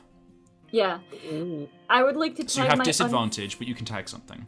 I would like to tag my unthreatening aura because he there is genuine kind of compassion in what he's saying. He's not asking this to needle. He's asking this to try to understand, and I think that unthreatening aura will come through here, as in he's not trying to touch a nerve to elicit a response. He's trying to understand. Okay, so make a roll straight. You're doing so good today. Critical success, you do better than expected. You hear a slight creak from the upper level, as if someone has moved away from an upper window. Old Toothy doesn't seem to notice this and says, "Well, I don't know. Can fly, as far as I know. I mean, it wasn't only last summer he was up and down the tree with his little nieces." Has something changed then? It's summer now, and I understand that you two have been up in this tree for a very long time now. And Old Toothy's like, "Well, I don't know, and he won't talk to me, and now he won't help me with the maps, and he kind of goes to this tirade of annoying little things that have built up and niggled at him. The same sort of niggles you get when you spend an entire year with someone in a tree. Yeah, I've been in a tree with someone for a year. Balthazar kind of is, listening to this, but he's gonna glance over back into the room to see if Freeli is looking down, was peeking in on them or something. You get the vibe that Freeli was listening, and then left from the window when, at the same sort of time, you said, "Oh, is it because they can't fly anymore?" I see. Yeah. Sorry, I hadn't. So was listening at the window above you, so Old Toothy didn't see this. Yeah. Okay. And Balthazar will say, "Well, I think that, especially with people that you care for, sometimes they keep things secret from you, because saying them can hurt them as well. But if they're not telling you what's wrong, sometimes you just have to ask. Have you asked Freeli?" And Old Toothy sort of glowery looks out at the horizon, but not over the edge, if that makes sense. And doesn't say anything, just sort of glowers. In the way that old men who've been caught out do. Yeah. God, what a true statement. Tea. I think Balthazar kind of also joins Old Toothy in looking out at the horizon, also pointedly not looking down because he doesn't like how far up he is. And he says, sometimes the truths about other people can, especially people we care about, can hurt. And the thing is, though, I'm rather young. I don't know really what it's like to be the age that you and Freeli are, but there might come a point where you will have had wished that you had asked these questions when you can no longer. I have questions that I wish I asked my mentor before she passed away. Truths that perhaps would be hurtful to know, but hurtful at first. And then I think, like so many wounds, they would heal. Be a lesson to learn from or something to grow from.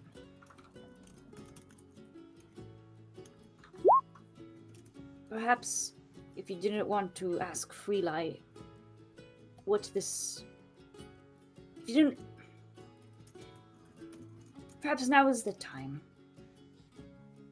Now is always the best time for these things. The last best time would have been yesterday or years ago. The next best time is now. Okay. Old Toothy is nodding at this. What would you like to direct Old Toothy to do next? Where do you want this scene to go? Yeah, I think Balthazar's gonna kind of look back into the house and say, I don't know if this is a conversation just for you and Freeli, but if it would help you, I can be there too, and I could help and listen and mediate. It's what knights do as well. Some people don't know this. I think we only fight, but we also upkeep good morale and compassion between the people of whom we serve. So perhaps in this moment I could do that for you. As a knight of Old Blueberry Toothy Pot. says, yeah, right. But only if you side with me.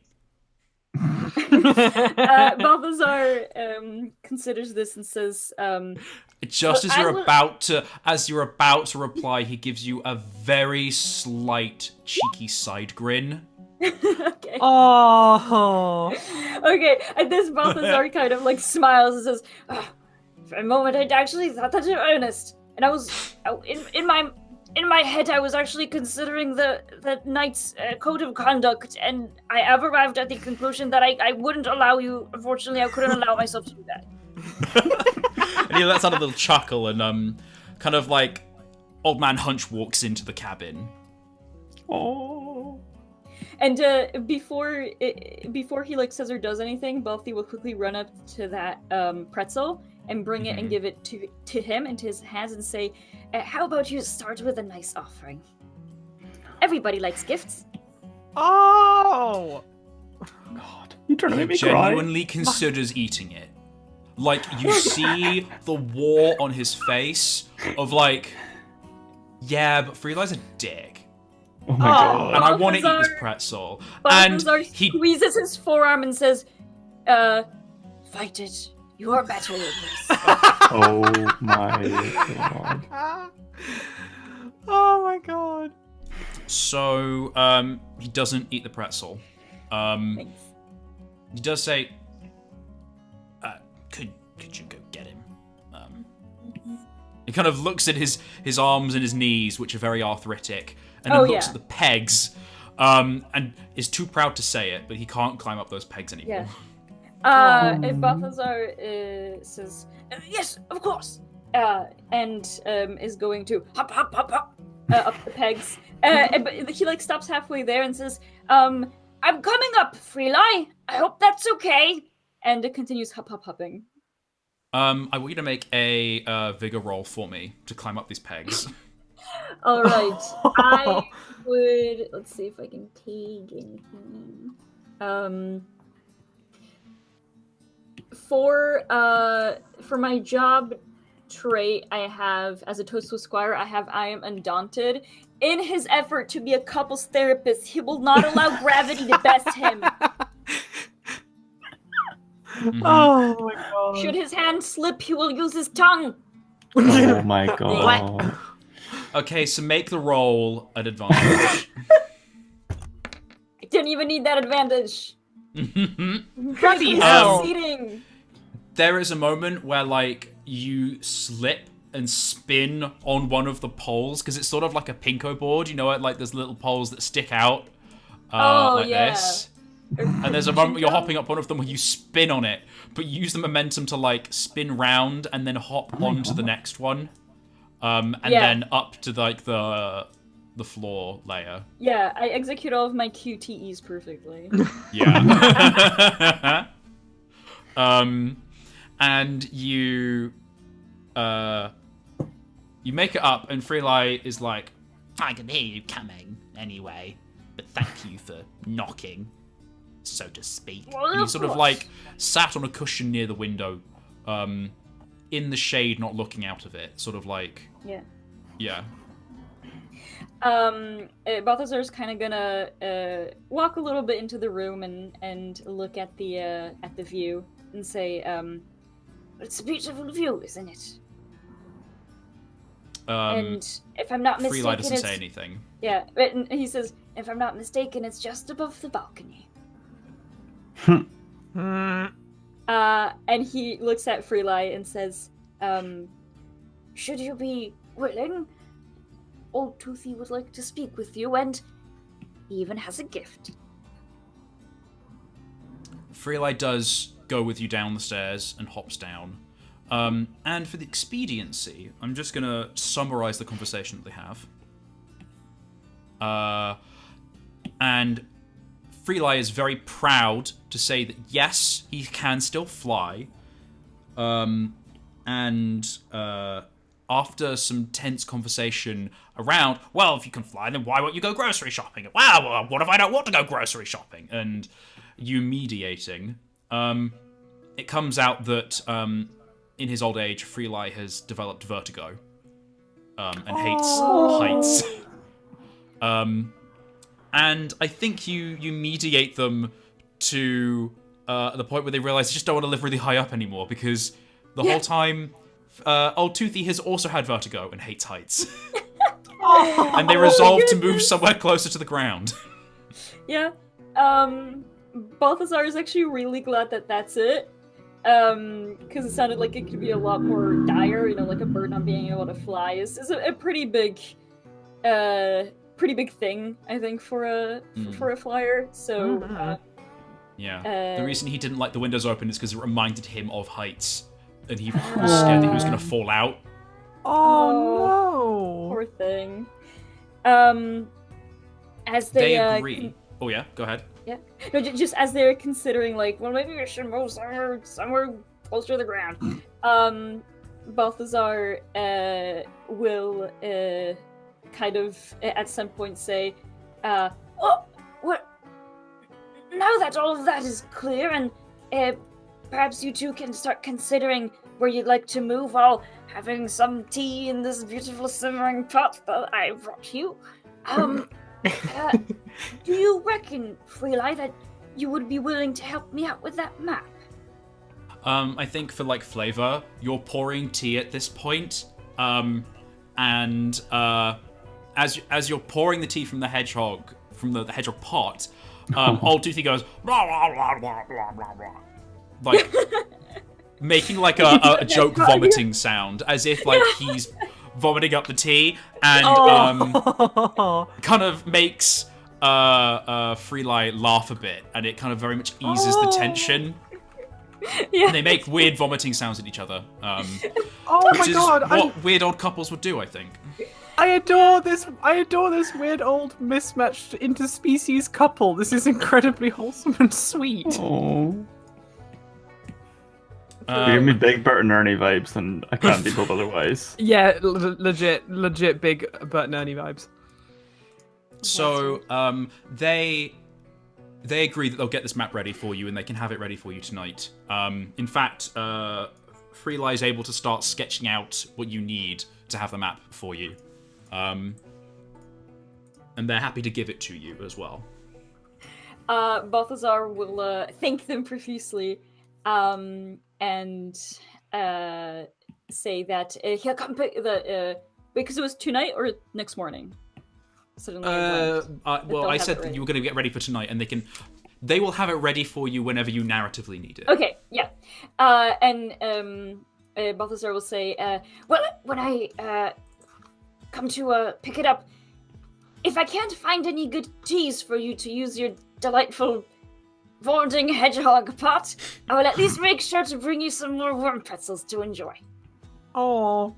And they like that.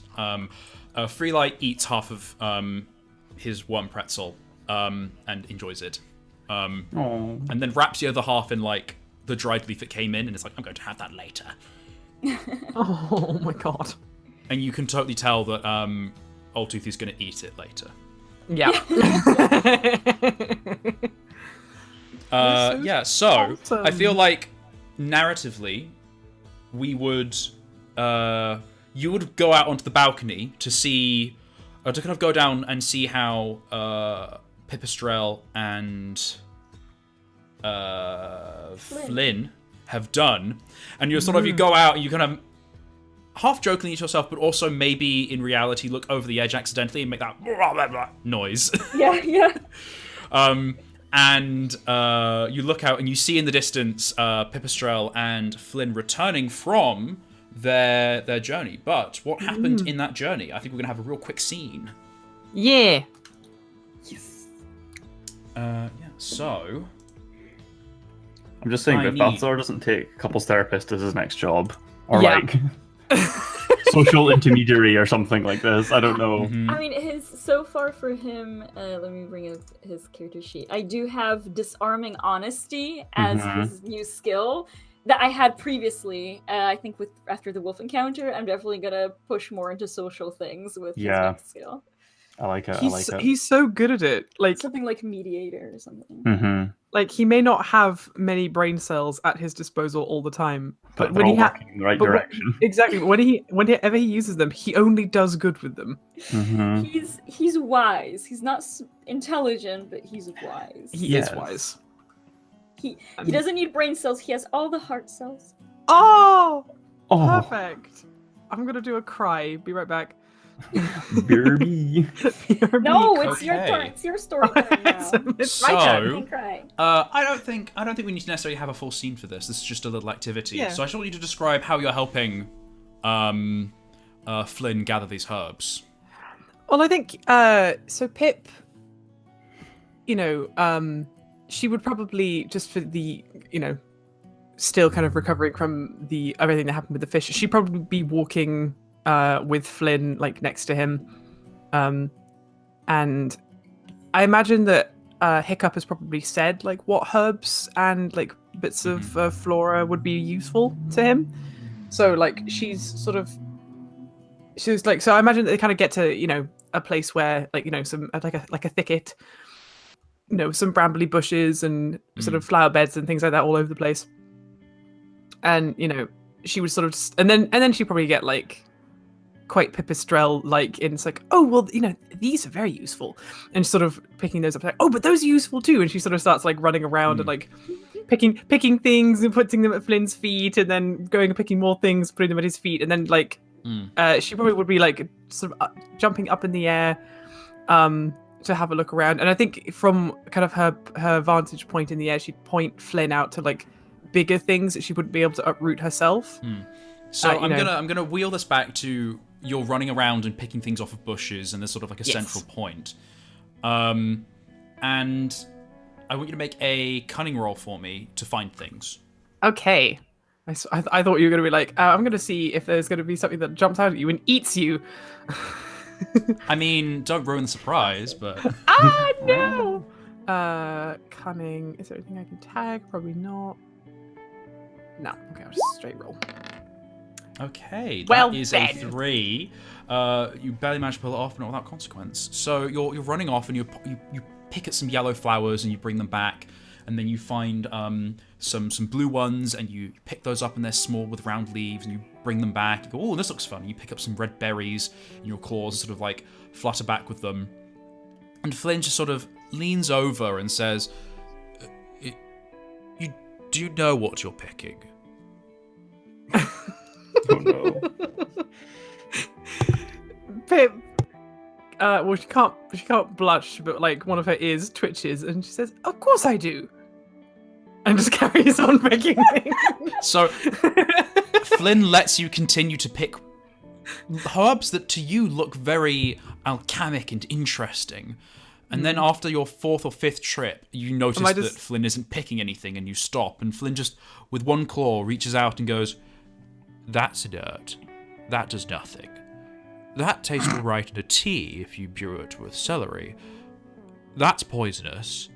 God. That, well, you should go wash your hands. Your claws, even." Hand Pip confirmed. Oh no, she lives.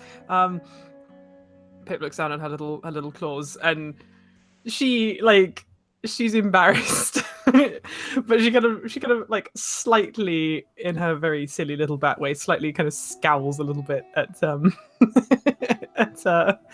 at Flynn, and it sort of and goes and quickly washes her hands in a puddle nearby. You kind of wash your hands in the puddle, and there's like, you wash and you're like, oh, it's fine, everything's fine. And there's a very like slight growing stinging sensation, and you wash further, and then like your foot claws are like just glowing with that red, angry, irritated sensation. Oh, did I pick nettles? Did I just pick up nettles? You just picked up nettles. No. And normally, like, it wouldn't do anything because you've got fur, but you were like really enthusiastic. She got excited because, like, because I imagine that, like, you know, because she's a bat, she's like, ooh, these are fun shapes and colors. So she just starts picking things. Like, she was not going to admit to Flynn that she forgot to ask Hiccup like what kind of plants she should be looking out for, but she will turn with these like slightly, you know, like nettly, little nettly paws, looking very abashed, and just says like, Can you just point out things that I could go and grab from you from a higher vantage that you might not be able to reach? Flynn gestures, or kind of like uses a paw to clear some dry earth, and make it smooth, and then with a claw starts to draw the shapes of leaves, and says, "Oh, cool. This one is an orangey red with red spines along its edge. Look out for that. It'll be on the ground. Just direct me to them. They're quite small, but if you could spot them, it would make my life easier." And that's when you start to fly up, and you kind of start pointing out the herbs. So I want you to make another cunning roll for me, it seems, because you're being... Well, I mean, describe how you're looking for these. I keep assuming, but describe how you're looking for these herbs. I think, now with this better information. I think she, being... because this is Pip, and she is very overconfident until she does something wrong, and then she's like, oh no, and loses all confidence. So now that Flynn has kind of told her, like, oh my god, sorry, I'm just seeing what Ver is drawing. Oh my. She returneth. But like as Pip is up in the air, like is now actually knows what she's looking for. You know, she'll be looking around with a really sensitive eye, and sort of looking for the right shape and the right color from her vantage point. You know, using her eyes to the best of her ability, because it is daytime, so she should be able to see things pretty well from where she is. Okay, so it sounds like you're being methodical. Will you make a vigor roll for me? Oh, okay. Can I tag my shrewd gaze, because she's looking very sort of, what's the word I'm looking for here? She's looking, you know, with a sort of slightly more trained eye, but also in like, you know, embarrassed. Okay. Yeah. I'll let you roll with advantage. Thank you. Oh, thank God. So you rolled a 2 and a 5, a success. So you're able to spot out the leaves and point them out to Flynn. And Flynn is then very adept at using his claws to hook and cut at the base and then gather leaves into a pile. And you slowly but efficiently get together this pile of herbs that Balthazar described to you two. And oh my god, handing herbs to a red cat. Oh god. You get swear these if we herbs ever... together, and the stinging does eventually go away as you're flying, and you're distracted by the methodical searching. But as you're kind of close to finishing the gathering of these herbs, Flynn kind of leans over and goes, "Isn't it much better when you work with your natural advantages?" She looks up at him slightly, sort of quizzically, and asks him, "What do you mean?" Well, there's you hopping around on the ground, picking nettles and poison oak and those delightfully emetic red berries. And once you get into the air, you can spot all of these nice curatives. She ponders that for a minute and thinks, will then sort of replies, I see your point. Yes, it's very useful and lovely being able to fly. But my friends, they are all ground-bound beasts. It'd be awfully unfair of me just to up and leave them just because I can. Well, that's not quite what I'm implying. I mean, I can't fly. I'm not implying that you should just flitter off and leave me. Though I'll be honest, if you did, it would be easier. Well, what I meant was, when we combine our expertise, look at what we can do. She nods and says, that's true. And she smiles with her little tiny pointy teeth. I suppose it does feel, it feels good to be useful. I feel like the foolish one out of my friends so often. And Flynn considers this and says, "No, it's that toad that's rather foolish. I'll be honest. Going straight up to a wolf and then just talking to it. Not once, but 3 or 4 times. I mean, there's only so much common sense in the world, I know, but they really not a drop went to Balthazar." Oh, wow! Zing-a-ling. Pip stops, she stops walking, and she'll look directly into Flynn's face, obviously with that quite big difference in size and height, and say, I would very much appreciate it if you didn't speak of my friend in such an unfeeling manner. Just because he did something that you don't think is intelligent doesn't mean that he lacks it. Oh, you're getting confused. I didn't say unintelligent. I said no common sense. The common sense would be don't go talk to a wolf. But the Seeing wolf as did they are... Go ahead. Oh, sorry. I was gonna say, but the wolf did him no harm. The wolf was not doing anybody any harm. Yes, it was intimidating, but Balthazar did the right thing. He gave the wolf a chance, and it will move away now. They won't bother Aspen Grace anymore once they leave. Again, I feel like you're awfully het up about this. I'm not saying Balthazar was unintelligent or did the wrong thing.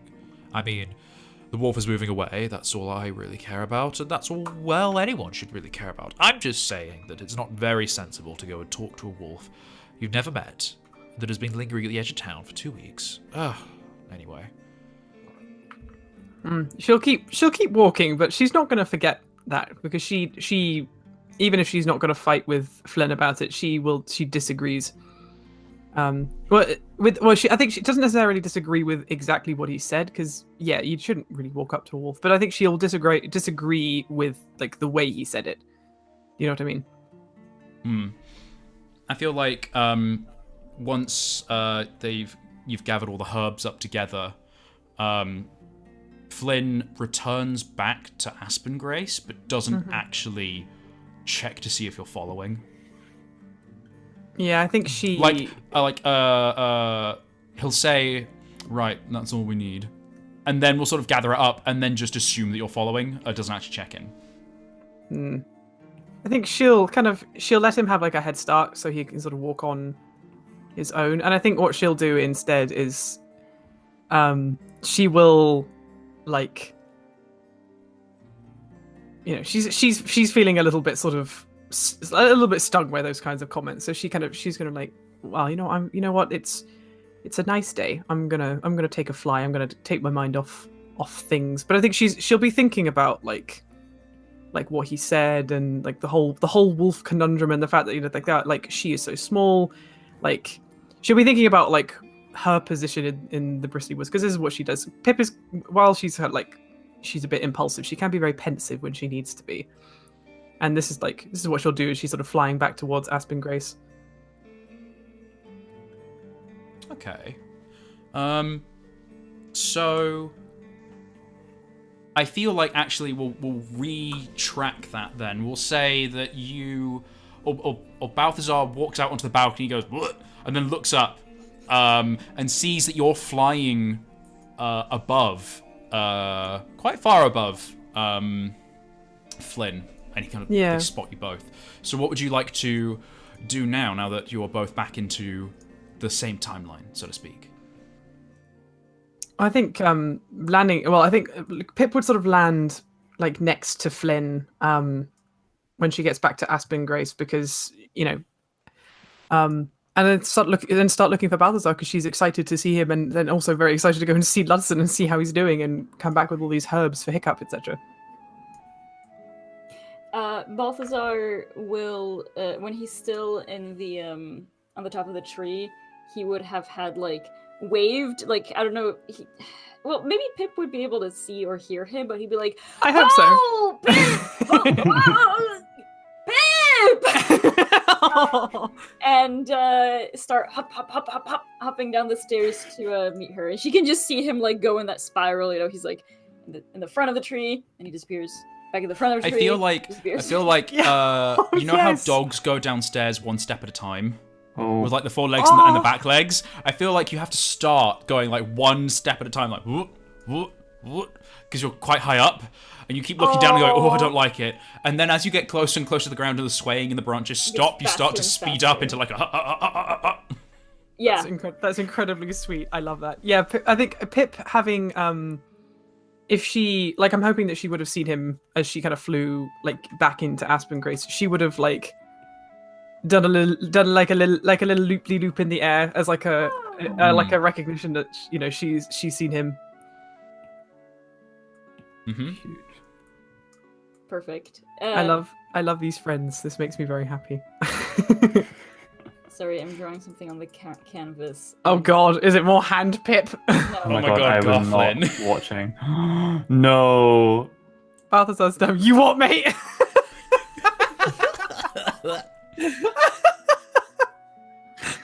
Oh my Anyway, god. Sorry, I just wanted to finish Garflin. Good. Balthazar will hop, run, and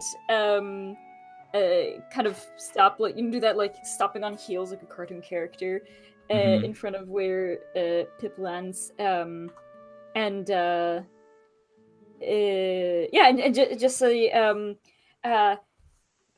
I just had this strangest but most enlightening conversation with two very cranky older beasts. How are you?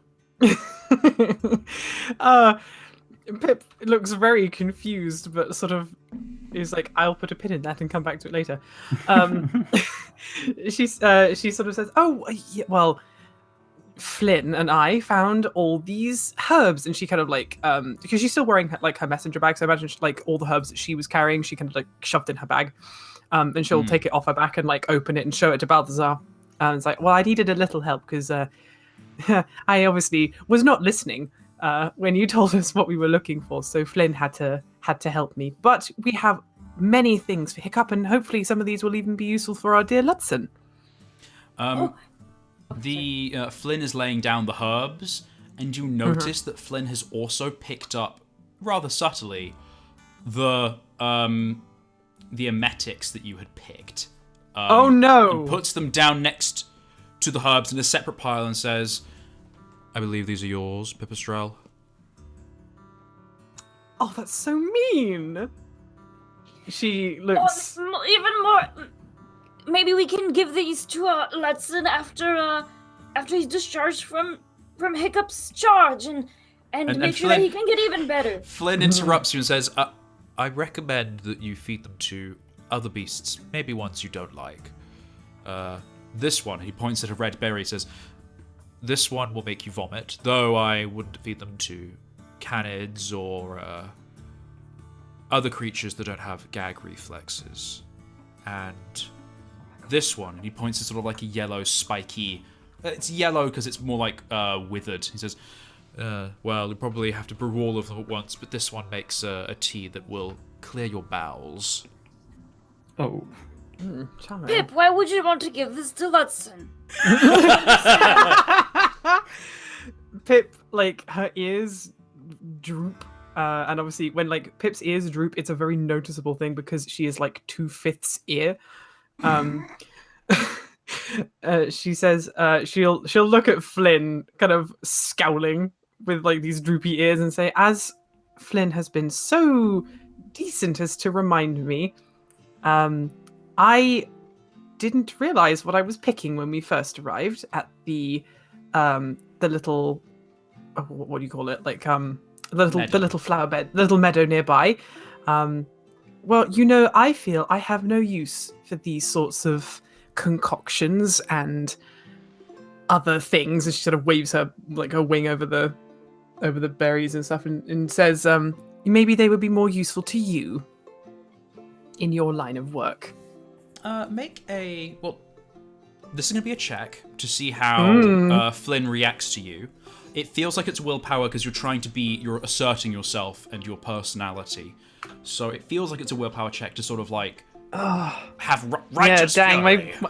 My willpower is still at 4 because of all the damage I took in the fight, so not very good. Can I tag? I hope your next... Sorry, just your next trait is hates wildcats. Anyway. Oh god. Can I tag my my good judge of character, because she's had like she's using her kind of slightly more perception, like her perception based knowledge of like personalities to, like, she's not trying to diss him, she's not trying to like make him feel bad, but she's kind of trying to point out that, like, you know, she's a young bat, she got excited, and she should not be shamed by this big cat who's just being kind of mean to her. That isn't going to be taggable. Because no. This isn't about judging character, this is about asserting yourself. And okay, that doesn't come into this. Like, knowing what he's feeling doesn't change how you feel. Okay, well then, please, fam, only good vibes when I roll, because I have a D4. You got this. You got this. You can do it. God damn it. It's a 3, and it's still better than a 1. It's better than a complication. You barely manage to pull it off, but not without consequence. Flynn gives you a very withering look. This is the complication. I need you to roll willpower, because you've taken willpower damage. No! Oh my god, psychic. Flynn is is the youth dunking on one of the PCs! Oh, I'm being dunked on! You can't escape fate. Crit So success! you feel very pouty, but you don't receive the injury of sulking. So this is a fun bit of Adventure on a Dime. If you receive damage in D4 and you roll a 1, then you get an injury, and you can't act in the story anymore until you resolve it, and your injury would have been having a sulk. Oh my god. That's very good. Having a sulk. So you hold the sulk back, but he gives you a very, not withering, patronizing look, and says, they're picked. There's no point in just letting them rot. And anyway, you guys are traveling, are you not? And he points to the red berry and says, this is good if you've eaten something rotten, and you need to get it out of you. Especially for some beasts, the gag reflex is much harder to trigger. You might injure yourself. It's easier just to eat these berries and be done with the business. And these, and he points to the yellow leaves and says, these are very good if you've eaten something rotten or poisonous and you need to clear it. Or if you have worms. They have uses, just not ones you might think of. And he kind of Pip, gestures. And I don't have a gag reflex, so this could save my life. Thank you. And he sort of nods at you and says, Keep them. Anything has a use. Any tool can be used if you have a mind to find a use for it. Well, And I think Pip sort of... Oh, sorry. with a very sly look at you so that you would know the context, he says, Not everything is natural advantages. They have a use, but not always. in reference to your Ooh. earlier conversation. Yeah, Pip is being schooled right now. Oh, my poor girl. She's had a hard time. She's being bullied by a cat. I'm Better than just eating. come back here to have a good time. Yeah, and I feel personally attacked right now. She stops scowling at Flynn, and she kind of, her ears are still down. They go down even further, and she kind of looks away and nods, sort of in a manner that sort of that screams, "Fine, I see your point, and now I feel bad because I feel bad for being sassy with you."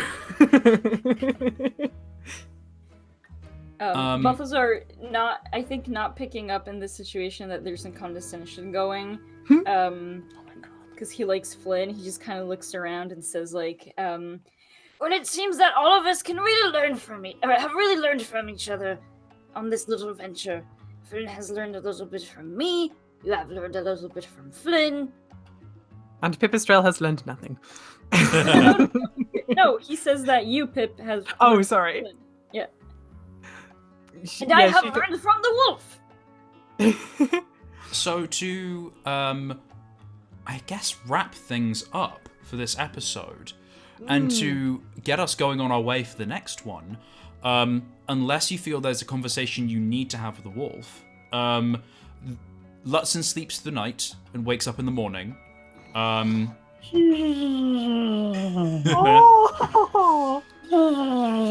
Lutzen has been moved off of the dining table and into a cot. Oh, bless. Oh, Soundproof cot. a coffin ready for popping on the ground. No. No! Yep. It's a mech coffin, so from a grave. It's a metal coffin. Yeah. Jesus.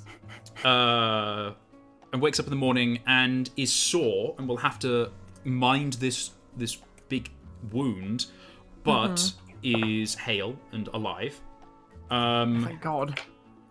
We have got essentially the Old Toothy and Freely will make the map for you, and that you can give to the wolf, and the wolf will use it to find the way to Blue Pond. Yep. And we can resolve this. Yeah, exciting. Balthazar will as he delivered the map to the wolf, apologize that it's very small, but he would have asked them to mount it or had a crafter mount it on almost like a little signpost so the wolf can pick it up with his little claws and lick at it and not have to unfurl it. That's cute.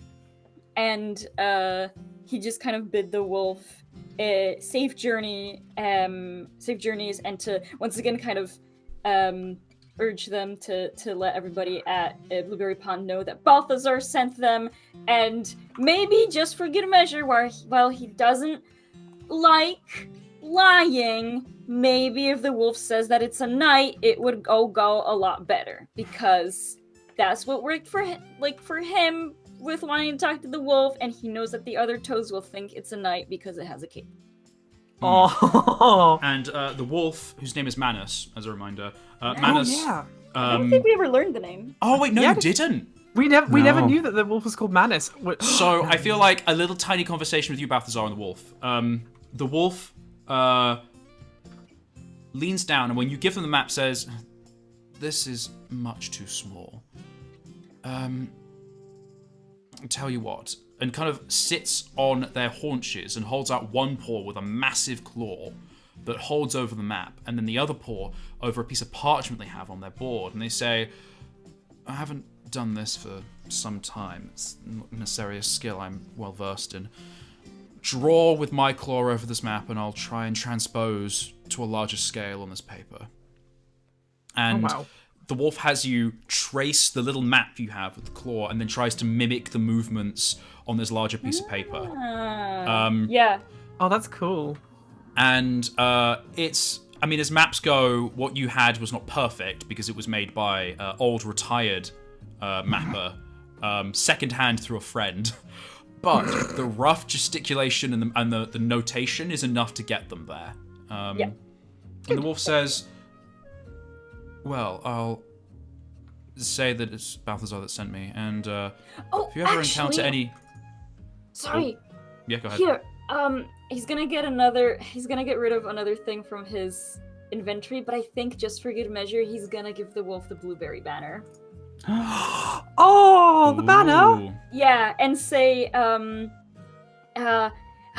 don't part with this very easily, but I think for good measure, to make sure that everyone knows that it is me who sent you, please, have the banner of Blueberry Pond. And I'm sure that by cooperating with the toads there one day, you'll have a banner of your own, and I can come back and take this one from you.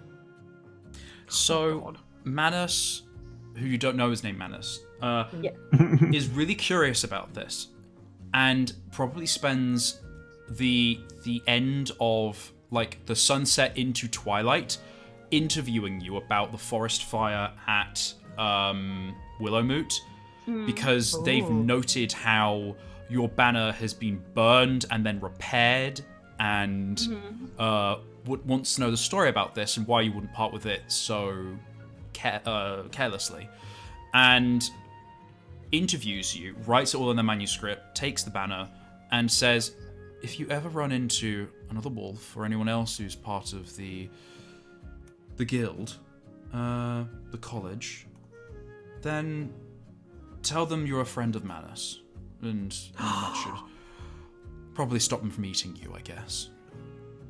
Oh, That's wolf's friend much acquired. appreciated. Manus, you say? What a wondrous name. I had a conversation with some hedgehogs about names earlier today. I'm very glad to have had learned yours. Perhaps Yes, next time that I see you, you will be Sir Manus. Well, I'm not quite sure about that. It's Piercer Manus. I'm a piercer. Ooh. Piercer. Oh, because of your claws! How you pierce the canvas! And It's very clever! gives a very like Sir a nod Piercer to you. Manus. No, not quite. It would be Sir or Piercer. Piercer's the honorific. Piercer Manus Esquire. We'll find a way, don't worry, the toes of the log are very ingenious. They will make sure that you have a worthy title. Right. Oh my god. Well, if I'm going to make the best of the evening, I shall have to be off. And Manus makes good niceties and then leaves northwards, roughly towards the direction of Blueberry Pond, taking a route that they would think is best. Where's Flynn been in this whole situation? Has he been just like watching from the sidelines? Yes. And I feel like Flynn would be Pipistrel, you get the feeling that Flynn is kind of babysitting you while Balthazar talks to the wolf. You're both watching from a hill nearby, so you see that they're talking, but you can't hear the conversation. But also you get the feeling that like anytime you move to a different spot, Flynn follows you and doesn't say anything. What is the deal with this cat? Does he hate me? no, Or I not, think like, does he not hate likes- me? As in, he's looking out for you. He is. You know, he's in a predicament of being like a predator, but he wants to help beasts. I think he's protective. Yeah, it's I would interesting that I would make a willpower roll because you have the skill, good judge of character, to yeah, see I how was gonna- much you can intuit. Yeah, and also, this kind of goes with Pipistrel's, I've forgotten what you call them, a flaw of being overly suspicious. Like, she's not, that was why she left Odok. It's because she felt like she was being nannied by her parents and they didn't want her to join the Moon Messengers, etc. So she's like, Yes, You're just not make my a straight dad. willpower roll. oh, dang. Annoying. I really need to, I need to rest. You don't hate this person. You don't hate this cat. but you have, it's the same sensation you had exactly when you were in Odoak. Like, this cat is not leaving you alone. It's too stifling. You know what? Screw this. You're gonna, the minute you can get away from this cat, you will. Like, there's no point. Oh, okay. That's interesting. Yeah. Yeah. Not like you're okay. gonna flee, but just like, ugh. She's This yeah. cat is She's bad like vibes. interesting. This cat is bad vibes. Ooh, interesting. Okay. Overbearing Suspicious. vibes. This You don't cat is think- sus. Yeah. You don't think the cat's sus. You just think the cat doesn't respect you, and that kind of stings. Oh yeah, that definitely will not vibe with yeah. Pip, because I think that's why she absolutely loves Ludson and Balthazar so much, is because they respect her, and like they also think she's really cool, and like because she can fly and stuff, and she's just like, nobody's ever thought I was cool. I think this All of role you to takes on assume. a lot of your previous encounters with Flynn. So when Flynn really? walked over you when the buzzard was above, Oh, you yeah. now are like, oh, hang on. This cat doesn't think I can take on a buzzard? We almost took a pike out. Like, I can handle anything. God, what is this cat's problem? And it changes the way that you think about a lot of the previous situations and encounters you've had with Flynn. oh, Pip. Which is interesting because it's been a while since we played this, but it's only been a few days since Flynn knocked you out of the sky with a bowler. That is true. Actually, she'll still be kind of smarting from that encounter, because like the sky is 100% like, yes, it's dangerous. Yeah, it can be dangerous with like owls and birds and predators and things like that. But like, she's small, she's agile, she's a very good flyer. She wouldn't be a moon messenger if she wasn't. So like, her being kind of taken out by Flynn in the air was like, is a real knock to her confidence, So like, I imagine that kind of sort of looking back on all of that, she's like, oh man, no. Ooh, this is really interesting. So that wraps up the wolf in Aspen Grace. I feel like this is where we're going to end today's episode. And we are going to have a reflection, but I'm going to say it's going to be for Balthazar and for Pipistrel. Lutzen, you were asleep, so Yeah. there's not much to reflect on. K.O. Sorry about Lutsen. That's fine. I was the one that jumped into bloody Pike's mouth. You need to tell us what you were dreaming about. That will be your reflection.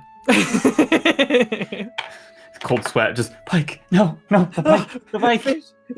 Oh. A long, endless corridor with teeth at the end. Oh God. God, that is a nightmare. So we'll start with Balthazar because you were the star of the show. I apologize. I was, yes. Oh no, don't apologize. apologize. No, we love this it. is everyone having their tit and their tat in the spotlight. Exactly. So, how did you think you acted in the scene? Well, Oh, I get wanted to- ask sorry, for the I forget. vice and- yeah, for what's the I forget that I vice, tell you the what the vice and the virtue. virtue were. So Yeah. the fortune you had, I have to find. This was from Vice and Virtue. This is one of the prepared spreads from the book. This was from the spread called Networking. And your fortune was the friend of my friend is my enemy. This was the theme of ego, the balancing vice and virtue of envy and empathy. Oh, empathy, I think. If Definitely. I may. I mean, for this particular one, because with the wolf, it would have been ego, because he was like, I know what you are. But with these guys, he was just listening to them. He did, because he empathized. He did kind of bring up his own experience.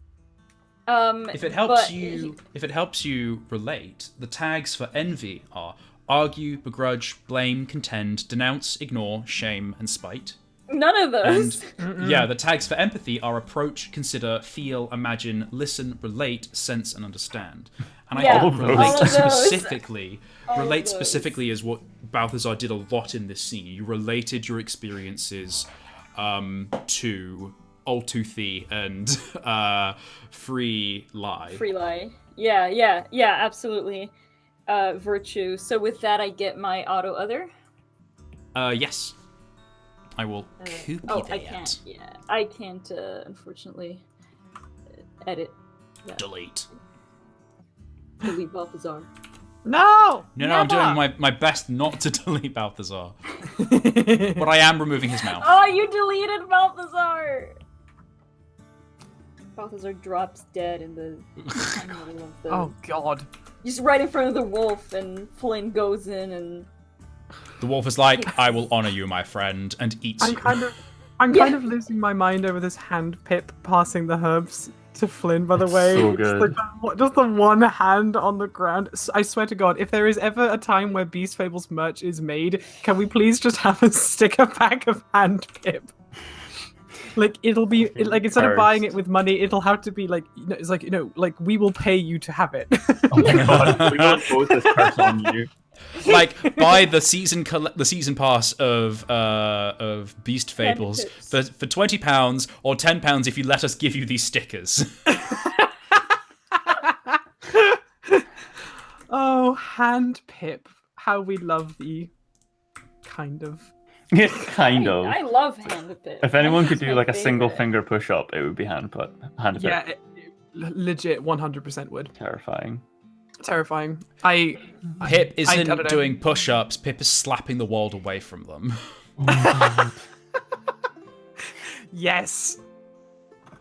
Okay, so Balthazar is now virtuous. Pipistrel, how do you think you acted in your little scene? You didn't have a fortune, No. but I think we're going for the general idea of vice being instant gratification and virtue being taking a step back, observing and thinking more emotionally coldly about things, and balance being a middle of the two.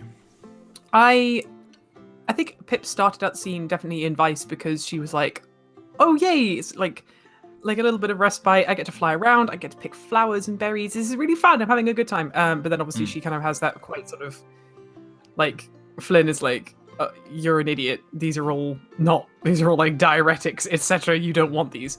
Well, at least they're not herbal remedies. But then, like, after that, I think she's listening to Flynn. She takes on his advice and his like guidance for what she should actually be looking for.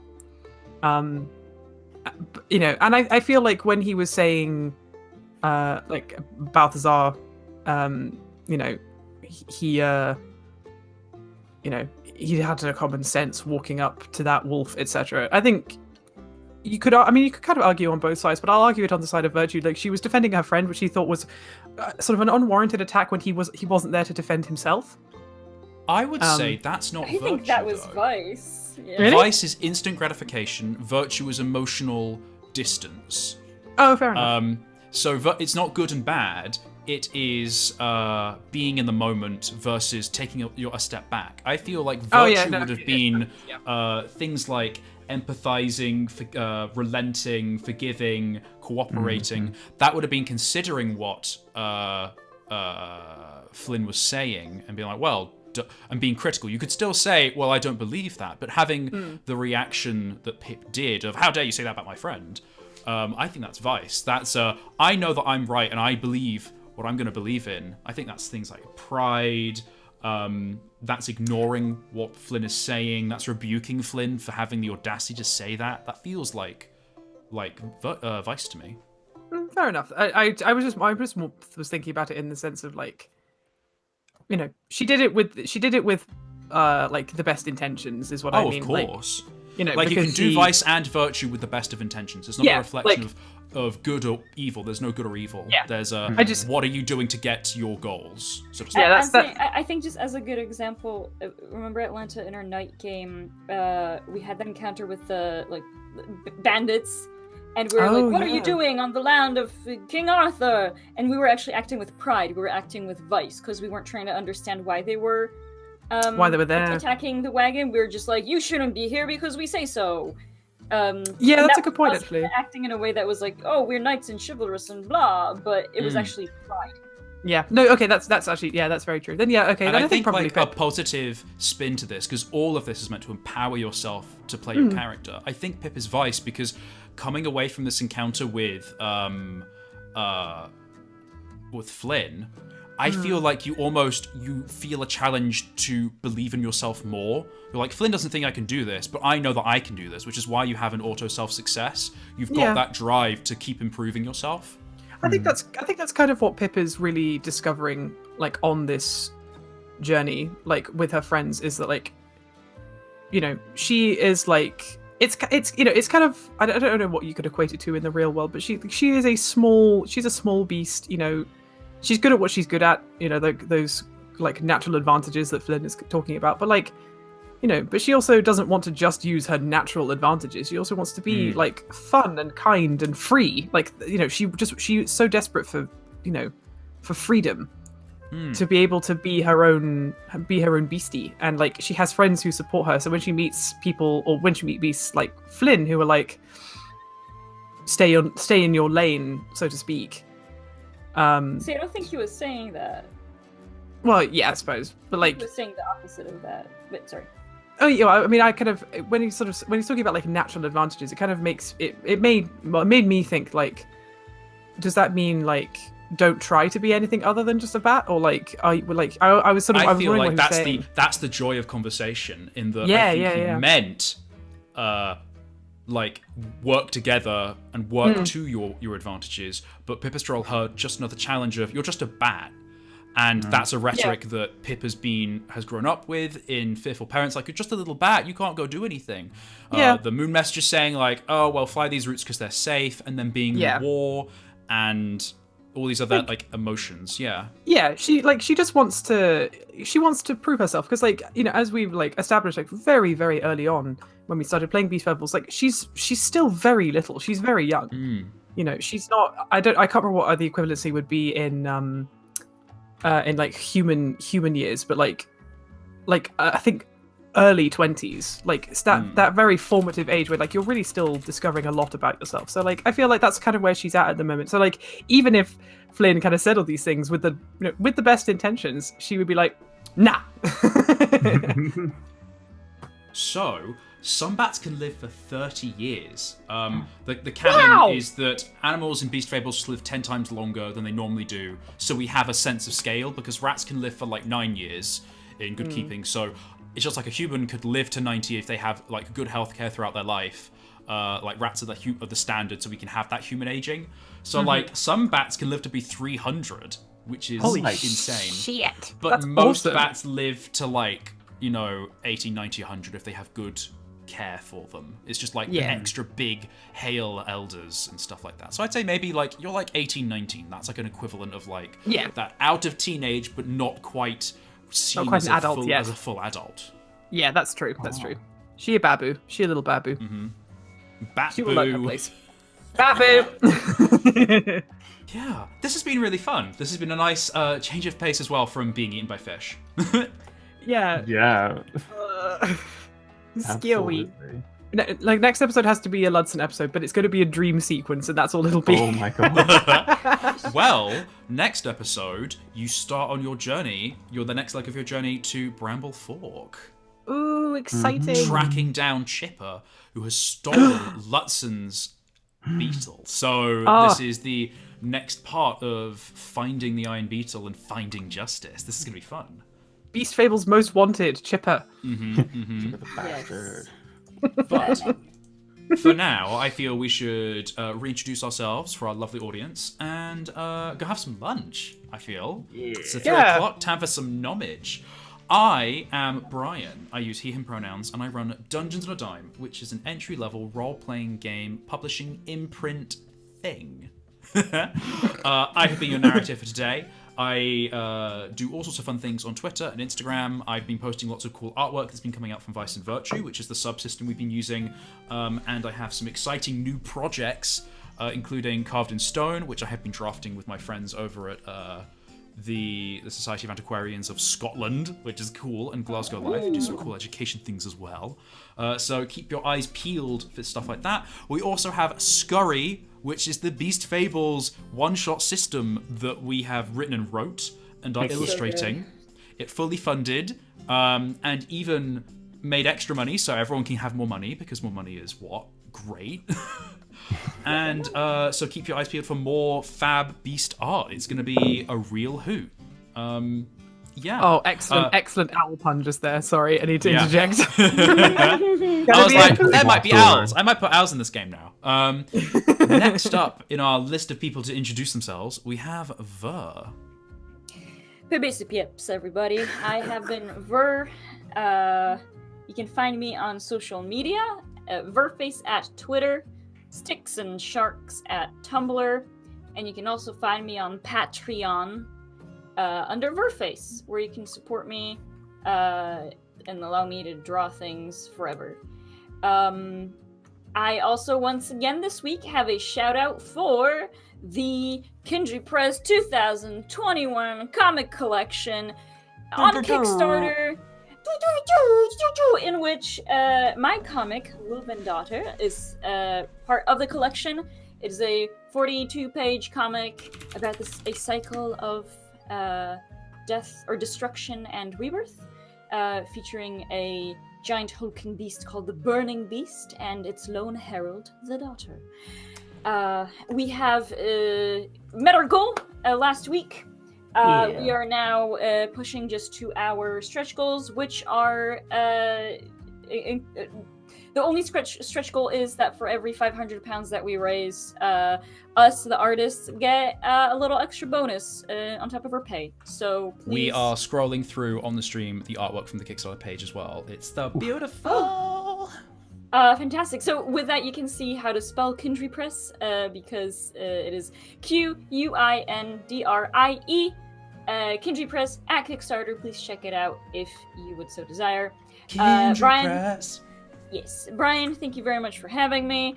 Atlanta and Fraser, thank you very much for being my delightful co-players. I really hope that we see more Lutzen next week. I'm sorry, Fraser, that you weren't around much. You should Don't be eaten less by pikes. apologize. Yes. Yes, that was it was cause and effect, you know. Less fish eating next episode, please. And that's me. Okay, next up we have the most vivacious Atlanta. Hello. I am a squeaking pile of bats, otherwise known as Atlanta. I use she, her pronouns. You can find me on social media in general, at Alpaca Scribbles on Twitter, at Alpaca_Scribbles on Instagram. As per usual, I have nothing really to plug aside from just I have. Are your commissions open? Yes, I do have commissions open right now. I have one slot currently available. I'm working on a bunch of other things as well as scurry art, so commissions are taking me a little bit longer than usual. But I'm very happy to take people and add them to lists, etc. You know, would you like me to draw you as a Beast Fables character, or do you have D&D characters, or just OCs in general, or anything like that? Give me a shout, because it would be lovely to continue to try and do art professionally, etc. And also, at the moment, it would be really great to get commissions, because I am in dire need of getting a printer, because it would be nice to actually be able to, you know, print off and then send you finished commissions. I have other alternatives at the moment, but it would be lovely. Help Atlanta fund a printer, please, via commissions. That would be great. Thank you very much. But also, as per usual, Get a printer. yes, commission information is on my Instagram. It's my Instagram. What we're talking about. It's Actually, also it is on my the Instagram. screen right now. If you look at the stream, you can see the beautiful commission information. But yes, just go to Alpaca Scribbles for Alpaca's information. Yeah, do you like alpacas and do you like scribblings? I am your girl. But yes, Brian, thank you so much for today's game. As per usual, I have missed Beast Fables more than I can possibly say, so it's lovely to be back in it again. Ver, Fraser, you're both wonderful, just delicious people in general. And Ooh, spicy. spicy. And it's Spicy and sweet. exactly, and it's nice to have, you know, two sensible. Well, we have a sensible character, a very compassionate character, and then we have Pip, who is just a disaster, but it's wonderful. Oh. She's a wonderful disaster. A little delay. She is.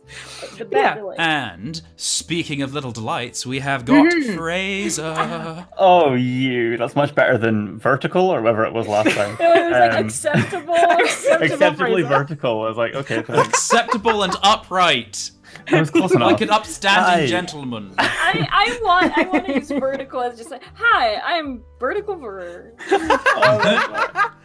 Yes. But yeah, hey, I have been Fraser. I have been playing Lutzen. I go by he and pronouns. I'm also an illustrator, character artisty person.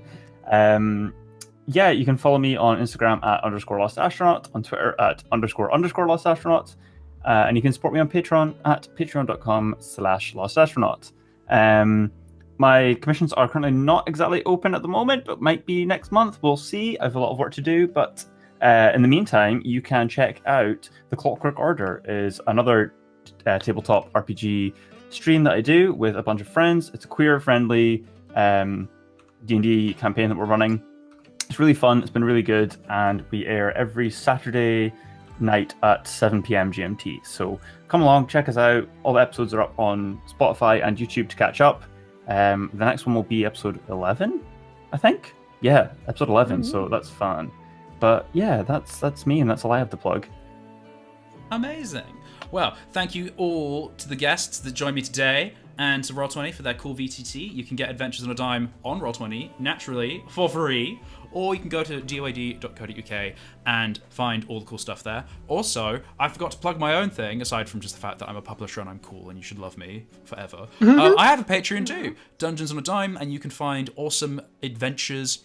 We're doing Beast Fables adventures for all of 2021 with some awesome, cool miniatures from lovely Fraser, and some maps by myself and adventure hooks. This month, the month of March, I'm going to be releasing, I think, the full title for this. Oh God, no! Find it. It's incredible. Not again. It's absolutely incredible. Let me find it. I have it to hand if you want me to get it. It is. I have it. Hang on. Okay. It is. I don't have it. Badly behaved badgers bother beekeeping beavers by the backwater. Good lord!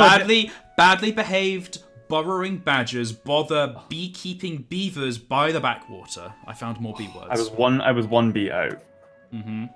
Outstanding. The drastic I love it. change since then. Or for short, Yep.